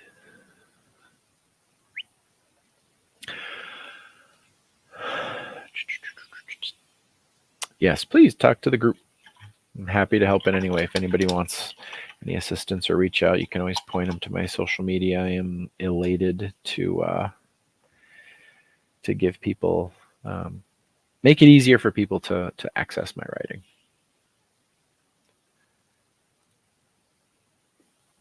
Oh yeah, there. Yeah, yeah. If anything happens to certain characters, that's it. Like if they die, Adrian goes with them. They do look very zombie. Originally, I was going to have the Adrian's dice be Halligan's and blood. So you probably won't be able to pick it up, but inside this die, there's little Halligans. They're like vertical right there. And then I put little spatterings of resin blood. And they looked cool, but I couldn't get the Halligans to sit right. And it was really hard to get the blood the proper viscosity so that they weren't obscuring the Halligans. Like when I put a lot of blood in to make it look nice, it sucked. So, you know, it is what it is. And it didn't work out, but I'm pretty happy with the blue glow in the dark that I went with. No nail polish today. Nope, I haven't gotten them painted in a while. Fun fact though, my toenails are still painted from like 3 months ago because toenail paint never comes off. So that's a thing. Okay, I got 3 of these Adrian's dice left. I have two more. So somebody holler out a color. I think I've done everything. So somebody, these are two tone. These are actually, you can see part of them is this dual color shifting bronze mixed with black, and then I had extra clear that I poured one day into it. So it's actually like half clear, half opaque. And I got a couple of those. And this was just like spare resin that I poured. Like this was never going to be a thing, but they actually came out really neat. So I got 2 of those. And then I have a D20 of Adrian's with that. See how the Halligans sank to the bottom, right? So Halligans, no Halligans, Halligans. So I got to paint this. So I need a color for these 2 and then a color for this one. Indigo, that's basically purple. I don't really have a good indigo color anyway. Nice try. Try again. Opal. What is opal as a color? D20 red. Opal color. Opal colors. It's a fucking rainbow, Ryan. The opals come in, they're iridescent, dude. That's as useful as tits on a bull. Opal colors: black, blue, white, pink, green, red, yellow, purple. And there's like 9 shades of purple, gray, orange. Jesus. What color should you paint it? Rainbow. Raz, gonna get off. You want to thank me for the mentorship. You're welcome, Raz. I don't know what I've done, but you're welcome. Posting a P for a long time and stuck for months. Your advice not worrying about writing in order has helped me immensely. Good. I completed 3 chapters now.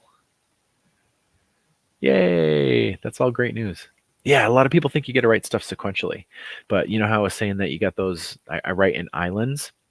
Sometimes I just write the islands, and they don't always make sense later. But when I have them and they're written, it's inspiring, and then I have something to build towards. And then as I connect them, and I have to make changes, it's a lot easier to make those changes.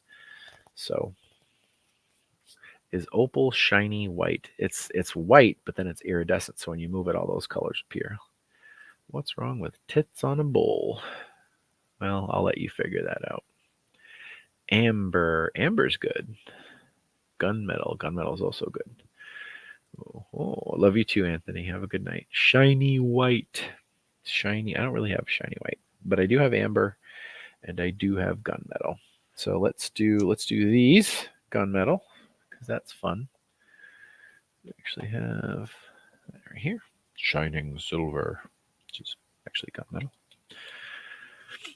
So everybody's going to bed, which is cool. I got to go to bed too, but I'm going to finish these couple of dice. And now that you've stuck around this long, all these comments will be saved on the live broadcast. And if I picked your color, I'm going to send you the dice I painted of your color. So I've got them organized here, and it'll be really fun to mail them out. So I'll be reaching out to people after the fact and mailing you some clickety clacks. But what were we just talking about? Miguel was talking about how Adrian has gotten serious. And yes, that is true. What else were we talking about? Tits on a bowl, but that's Justin's fetish. Math rocks, shiny math rocks. I really like doing these. Oh, so speaking of the Kickstarter and math rocks and doing dice for people, what the last stretch goal, the $20,000 stretch goal, we unlocked it right at the, I think it was like the second to last day we hit it, and that was me ordering a custom set of Dice Masters for Adrian's that have the Jinx Fairy on the one, no no Otis on the 20, because the Otis on the 20 was like way too small to fit. The image needs to be able to fit on the facet of the die, right, and the cat is just too small. But we could do a fairy image for the Jinx Fairy on the one, and those came. And over the course of a couple of days, I was able to get them polished and all that jazz. And I made molds of it, so now I can actually cast the dice. And some people bought sets on the Kickstarter, and I'm going to be making those pretty soon. But once I know my mold is making good stuff, and those people get their Kickstarter dice, I'll be able to make like full role-playing sets of Jinx Fairy dice for people, which will be a lot of fun, I think.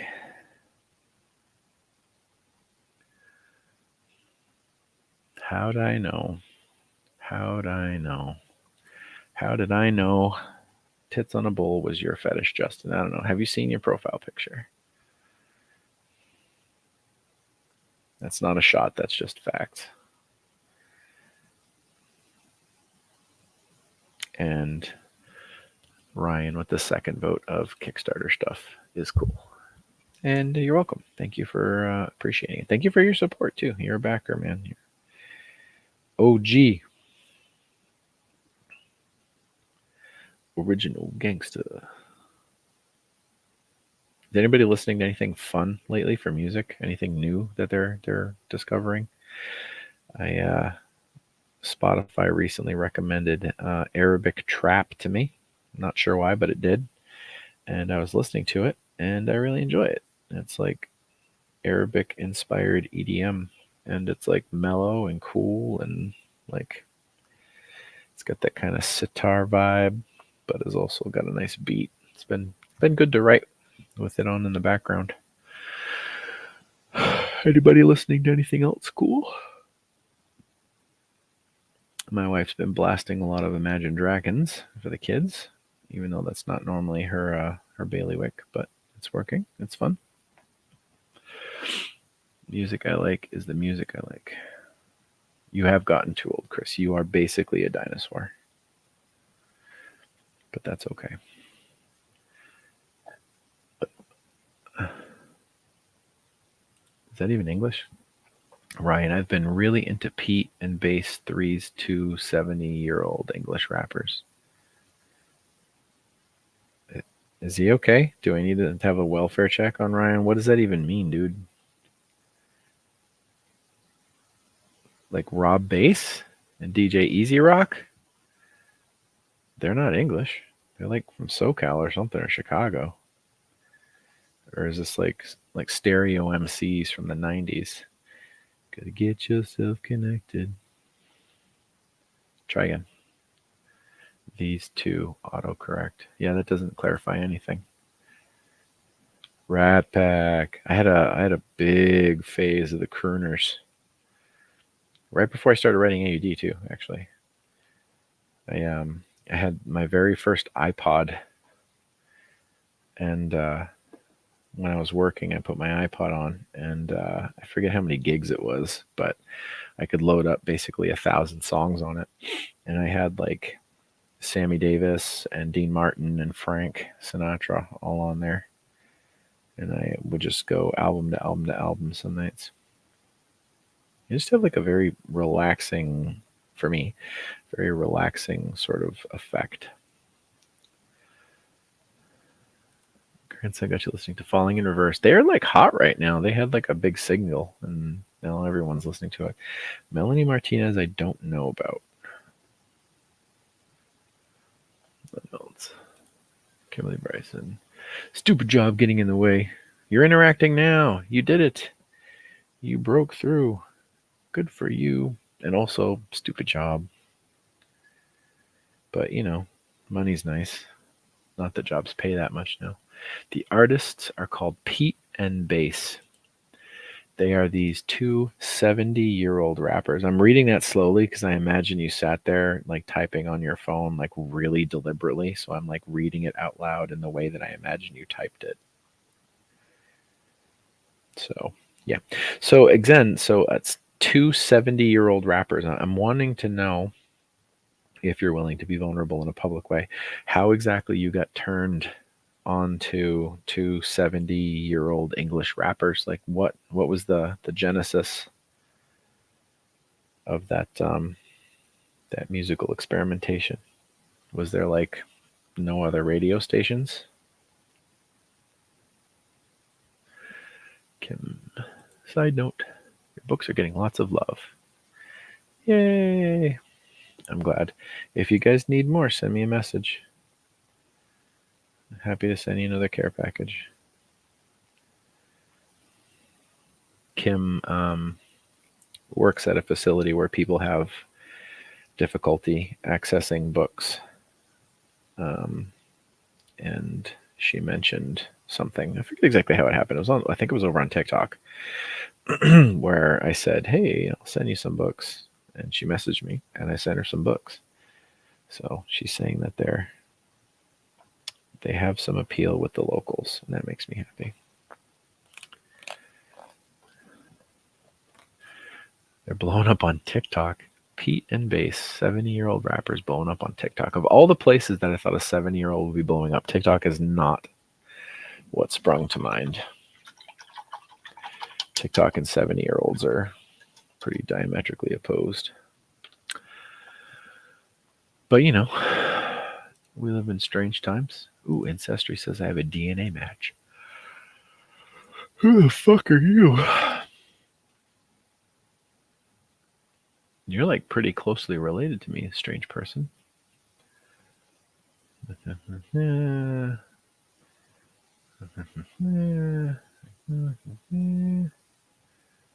Oh, on my mom's side of the family. Interesting. Wow, that's cool. Neat. I come from a really big family. I'm the baby of 11.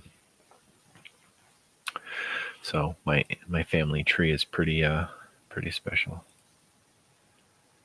She is not in prison. She might be at a prison.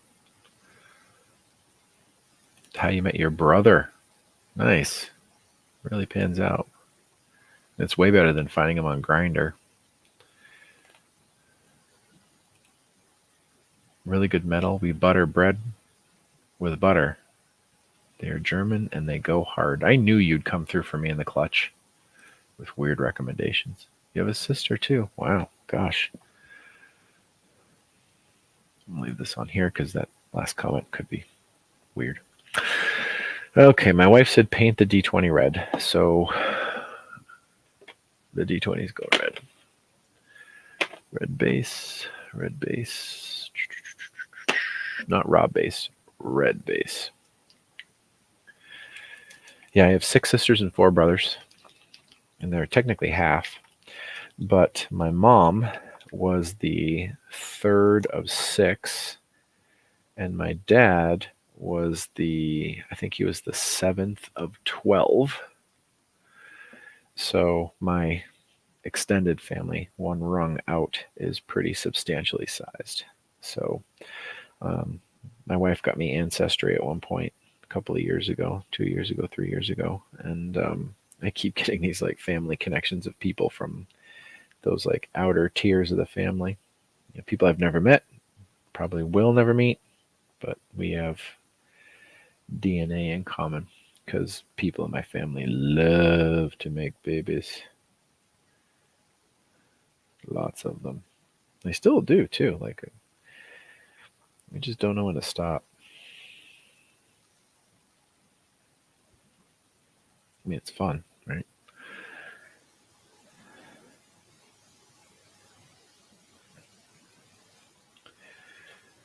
Else I watched when I was working over the course of the last few days. I put a lot of TV on in the background while I write, or while I'm like doing stuff that doesn't require me to like look directly at it. So like when I'm organizing and packing stuff, I'll have like a movie playing in the background because like I'm just like putting stuff in a box, right? And looking at my order sheets. And I played 65 on Netflix, the science fiction movie with Adam Driver, and that was actually really quite good. It The premise was a little wonky, but the execution of it was fun. It's one of those movies that like the more you think about it, the less sense it makes, but it's not actually trying to make sense. It's just trying to be entertaining. So be entertained. Accept us. We're donezo. What does that even mean? Are you in prison? We're donezo. Oh yeah. Oh, making babies. Yeah. Yeah, we're done. Yep. All set. Got two perfect little kids. That's it. If we have a third one, they are absolutely going to bring about the apocalypse.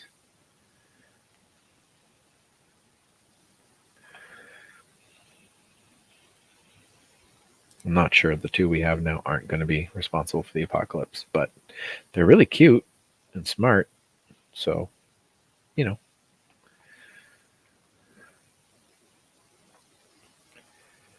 But yeah, I watched 65 in the background. That was fun. It's basically dinosaurs and laser guns. So, directly in my bandwidth. And it took me like 4 days to watch. And I just got through Silent or Violent Night, the Christmas, the violent action Christmas movie, which I didn't watch a ton. I had to like rewind it like 16 times, but it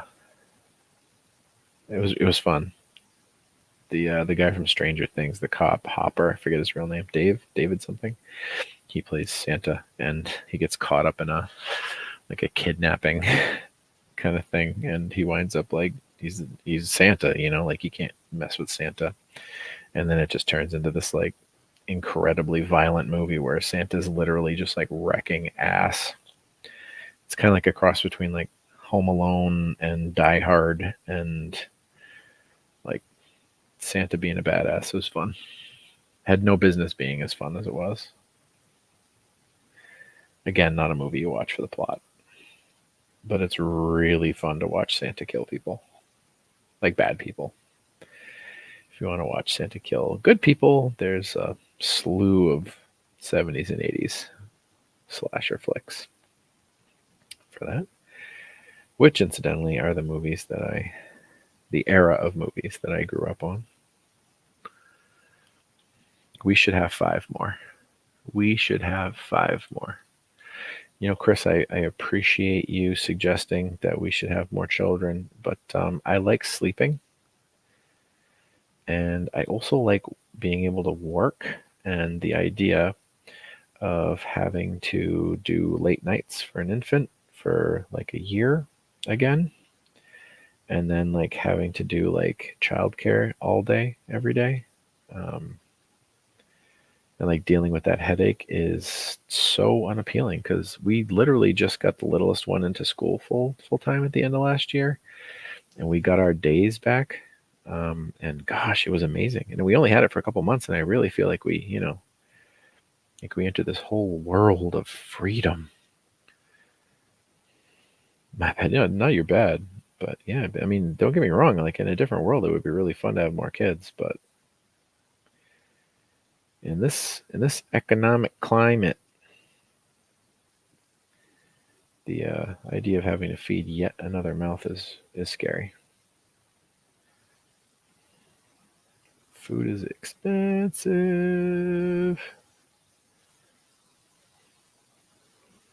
I'm sure you know that. Sleep is overrated. It can be. As it is, I don't get a ton of sleep. I am kind of inherently a night owl, and for biological reasons I'm a night owl, and also for psychological reasons I've become a night owl. And I don't want to say I have trouble settling at the end of the night, but I definitely um, push to use late night hours in like a self care, sometimes working way. Like sometimes I'll come down here and I'll work. Not that much the last couple of weeks, but there have been stretches in time where once everybody falls asleep, if I haven't fallen asleep, I'll come down and I'll work for 2 hours. Red. Ta-da. Many creative types are night owls. Yes, that is true. Um, I was reading an article that said that a lot of people with ADHD are night owls, because we get very overwhelmed and distracted with all of the things that we have to deal with during the day. And at the end of the day, when everyone is asleep, the phone's not ringing, the house is quiet, there are no demands on our time, every place is closed. So the idea of like having to go out or being able to go out and like run errands, or being distracted by the opportunity to go out and do things doesn't exist because everything's closed. So we tend to use that time to like kind of spool down and relax, and that is definitely something I do, where like I have the whole house to myself for you know even if it's just 20 minutes. That feels like a bit of recaptured autonomy, which when you're a parent, you do not have a ton of time to yourself. You when you have little ones, they eat up a lot of your time, and it's all for good reasons, and it's all in love, but like it doesn't leave a whole lot of wiggle room for the things that you like to do, especially like self-care. So like, we were joking around about how like when we first had kids, it was like my self-care today was I showered. And sometimes we would go 2, 3, 4 days, and just had so much to do and so much going on and so much laundry and so much work and whatever, that it was like, did you shower today? I don't think so.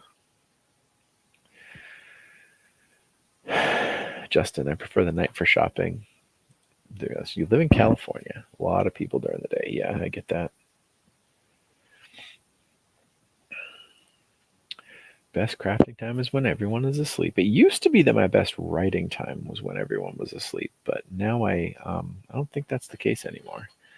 I think I've having kids, I've pivoted to having mornings be really effective for me. Like I wake up at like 5:30 most days and come down here to work for an hour or two before the kids get up. Yeah. So I was saying to my wife that I had a rash hit me the other day on my hand, and I wasn't sure what was going on, but I think it's fucking poison ivy. I'm pretty sure it's poison ivy. You bitch. Hi, Joan from Canada. I think you might be our first Canadian tonight. That's enough. We got one, and it's Joan. All other Canadians, we've hit our quota. Go find another author to troll. Throw some rubbing alcohol on that shit. You know what I used to do when I was a kid and I got poison ivy? I did bleach. I would take cotton swabs and bleach it, and it would kill it instantaneously. I bet rubbing alcohol is probably way safer. What is your biggest challenge in regards to sitting down and getting to work? It varies by the day. But one thing that is a barrier is all of the other stuff that I have to do on a regular basis. I get very hijacked by all of the other like admin tasks that add up in a day. So, like for today, for example, I'm packaging up Kickstarter stuff, and I should be writing, but I need to get this stuff out. Because backers paid money for it, and they deserve to get it as soon as I can possibly get it to them, because that's the right thing to do. Also, because it's taking up a ton of space. You know, I don't want to pan the camera around here because this basement's a shit show, but like I have stacks of books right here, right off camera here. I have 6 more boxes of books packaged to go out. And then like 5 feet, like right on the other side of this banner here, like literally right there, I have a big table that's probably 6 feet long that has probably 1, 2, 3, 4, 5, 6, 7, 8, 9, 10, 11, 12, 13. 1, 2, 3, 4, 5, 6, 7, 8, 9, 10. So it's got 10 stacks of books, and there's about probably 13 or 14 books in each stack. So there's 140 books right there. And that's like maybe a quarter of what I've got to ship out. And right over here on the other side, that kind of behind the desk, I have, gosh, I can't even see them all, but there's at least 8 or 9 more cases of books that need to be opened and signed and packed and shipped. And I'm still waiting on book 8s. So, and then the boxes, like I have 1, 2, 3, 4, 5, 6 bundles of boxes of stuff that pack stuff up. And then I've got a case of poster tubes for the Adrian's posters that I have to ship out. And then I have like bags of peanuts for packaging all the stuff up. So getting all that stuff packaged and shipped out is like a priority because like I need to reclaim our basement. So those other tasks are very distracting. You know, the marketing, the social media, the messaging people. Putting out fires is very distracting for me. I have a hard time leaving something that's like a minor problem alone. Until I just keep coming back and thinking about it so often. It works best for me to just like fix the problem and then I can focus on writing. But then sometimes fixing the problem, which I think is going to take 10 minutes, turns into 30 minutes. And you know, that's more time than I wanted to spend on it. And also I cracked the joke that diversifying my revenue streams is important, because you know it takes a long time to write a book, and being able to like have different things going on where like a little trickle of money can come in is really helpful, right? You know, royalties pay out monthly, quarterly, and annually. And you know, if I have a light month on something that pays out quarterly, and it coincides with a light month on stuff that you know money comes in monthly, then I don't make that much money. Um, so having stuff that offsets those, you know, gullies is really important, which is why stuff like Patreon's huge. Because you know, for a patron, it's only like you know $3, $5 a month. But for me, you know, if I have 50 people doing that, that adds up to you know me not having to worry about my electric bill, which is a significant weight off our shoulders. And it also pays for like a ton of marketing. Like I basically use all of the money that comes in from Patreon to pay for marketing. So my working budget for ads and stuff like that, Patreon basically pays for. And being able to advertise things and run promotions and stuff like that is a huge part of this business. So those are the kinds of things that come up that keep me distracted and prevent me from writing.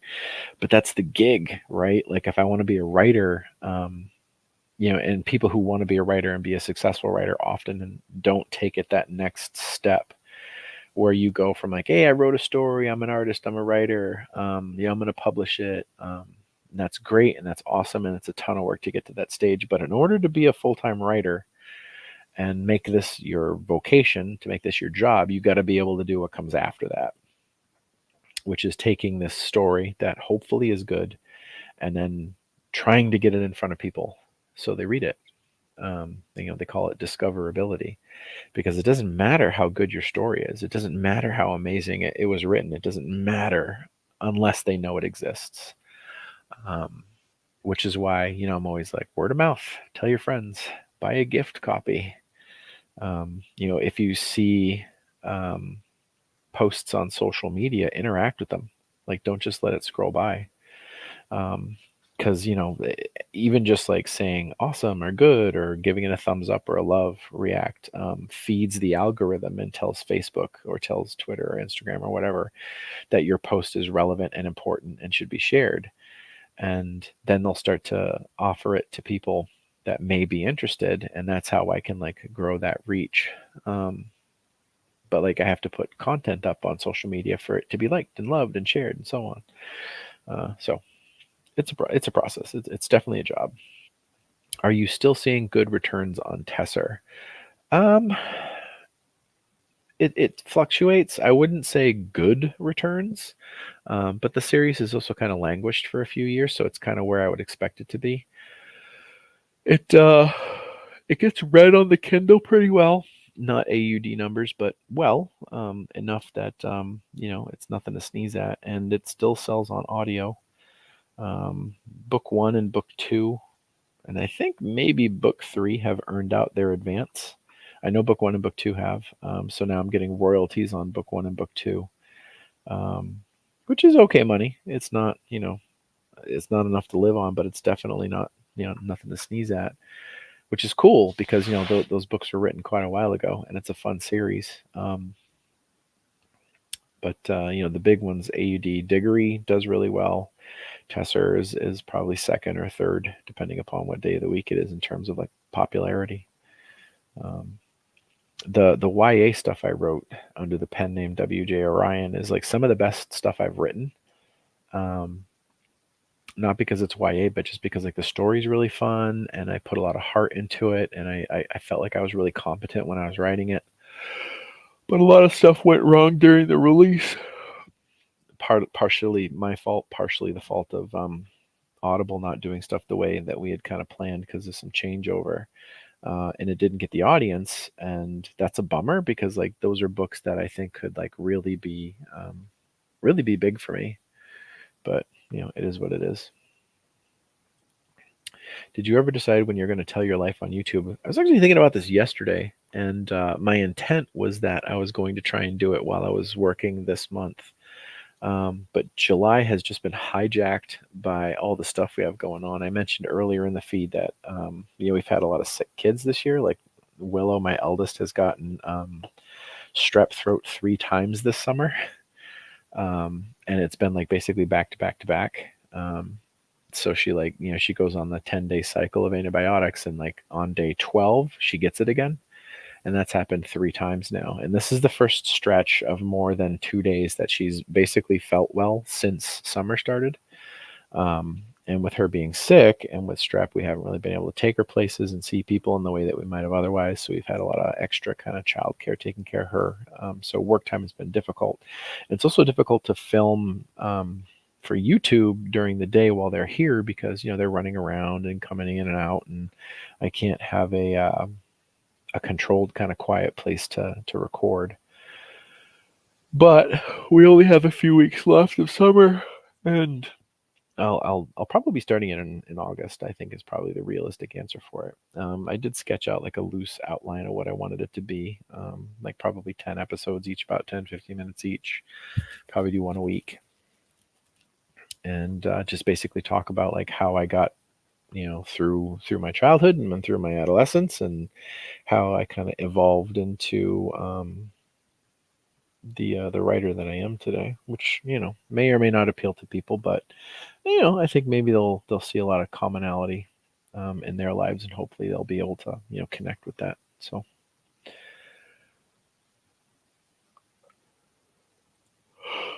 have you and DJ considered doing a live reading on here or elsewhere? We talked quite a bit this weekend because he was at the book signing in Manchester on Saturday, and I haven't posted pictures yet because I didn't have a whole lot of time today. And Sunday we were away at the concert, but we took some pictures together. And he did. I gave him my phone, and he did a live straight to my author page, reading as Adrian, and it was fun. He like pretended to be Adrian wandering around a comic shop, which was fun because he's the voice of Adrian now. So he's a great guy. We talk a lot, via email and messenger, and we've had a couple of phone calls and stuff. And, you vibe with people. And he was definitely somebody who I knew was going to be good to work with. But you don't really know till you sit down with someone. And he and I spent quite a bit of time together. Friday night driving him back from the airport, and then all day Saturday. Like I was with him for like 12 hours on Saturday, and we just had a blast, like just got along really well. So, it's good. Doing a couple YouTube videos of the recording process. I could ask him to. I could see if he'd be willing to do it. He, prior to audiobook work, This is me. This is my body saying go to bed. Prior to audiobook work, he was an actor, and he's a classically trained actor. He went to a very prestigious university and got his BFA in acting. And he did acting work. Like he had a recurring role on a couple of TV shows and did a bunch of commercials and auditioned for major parts of shows, and wound up not getting it. But he was he had final callbacks on some pretty big stuff. So he got out of LA. Partially because he wasn't getting the success at the speed that he had kind of hoped, and also because LA is just fucking toxic. Like the whole acting um, gig is just tough, like the auditioning and all that jazz. So he got out of it, and he wound up filming some shows in Chicago for a while. But then he started traveling. He took a break and is seeing the world and stuff. So he has been on camera quite a bit, and I can ask him, the next time I have him recording stuff for me, if he'll set up his phone and take some videos. It would be fun. All right. On that note, it's 11:30. This is later than I thought I was going to stay up, but this has been really enjoyable. I hope everyone else got some enjoyment out of it, and thank you very much to the Zombie Book of the Month Club people for voting and for welcoming me back and giving me the month of July to kind of hold court and talk about my writing. And the next few days I'll have some more stuff going on, some contests and some giveaways and some discussions and stuff. Hopefully I have more time to put into it. But thank you to everybody in the group, especially everybody who voted for me. I appreciate your support. Everybody who didn't vote for me, I hope you still had a month that you enjoyed. And and to all my regulars, my supporters who have been around for a long time. Obviously, you guys know I love you and I appreciate you. And it's always great to see familiar names and faces in these live chats. So I'll be reaching out to people for the dice so I can mail them out to you in the next few days. And have a great Tuesday.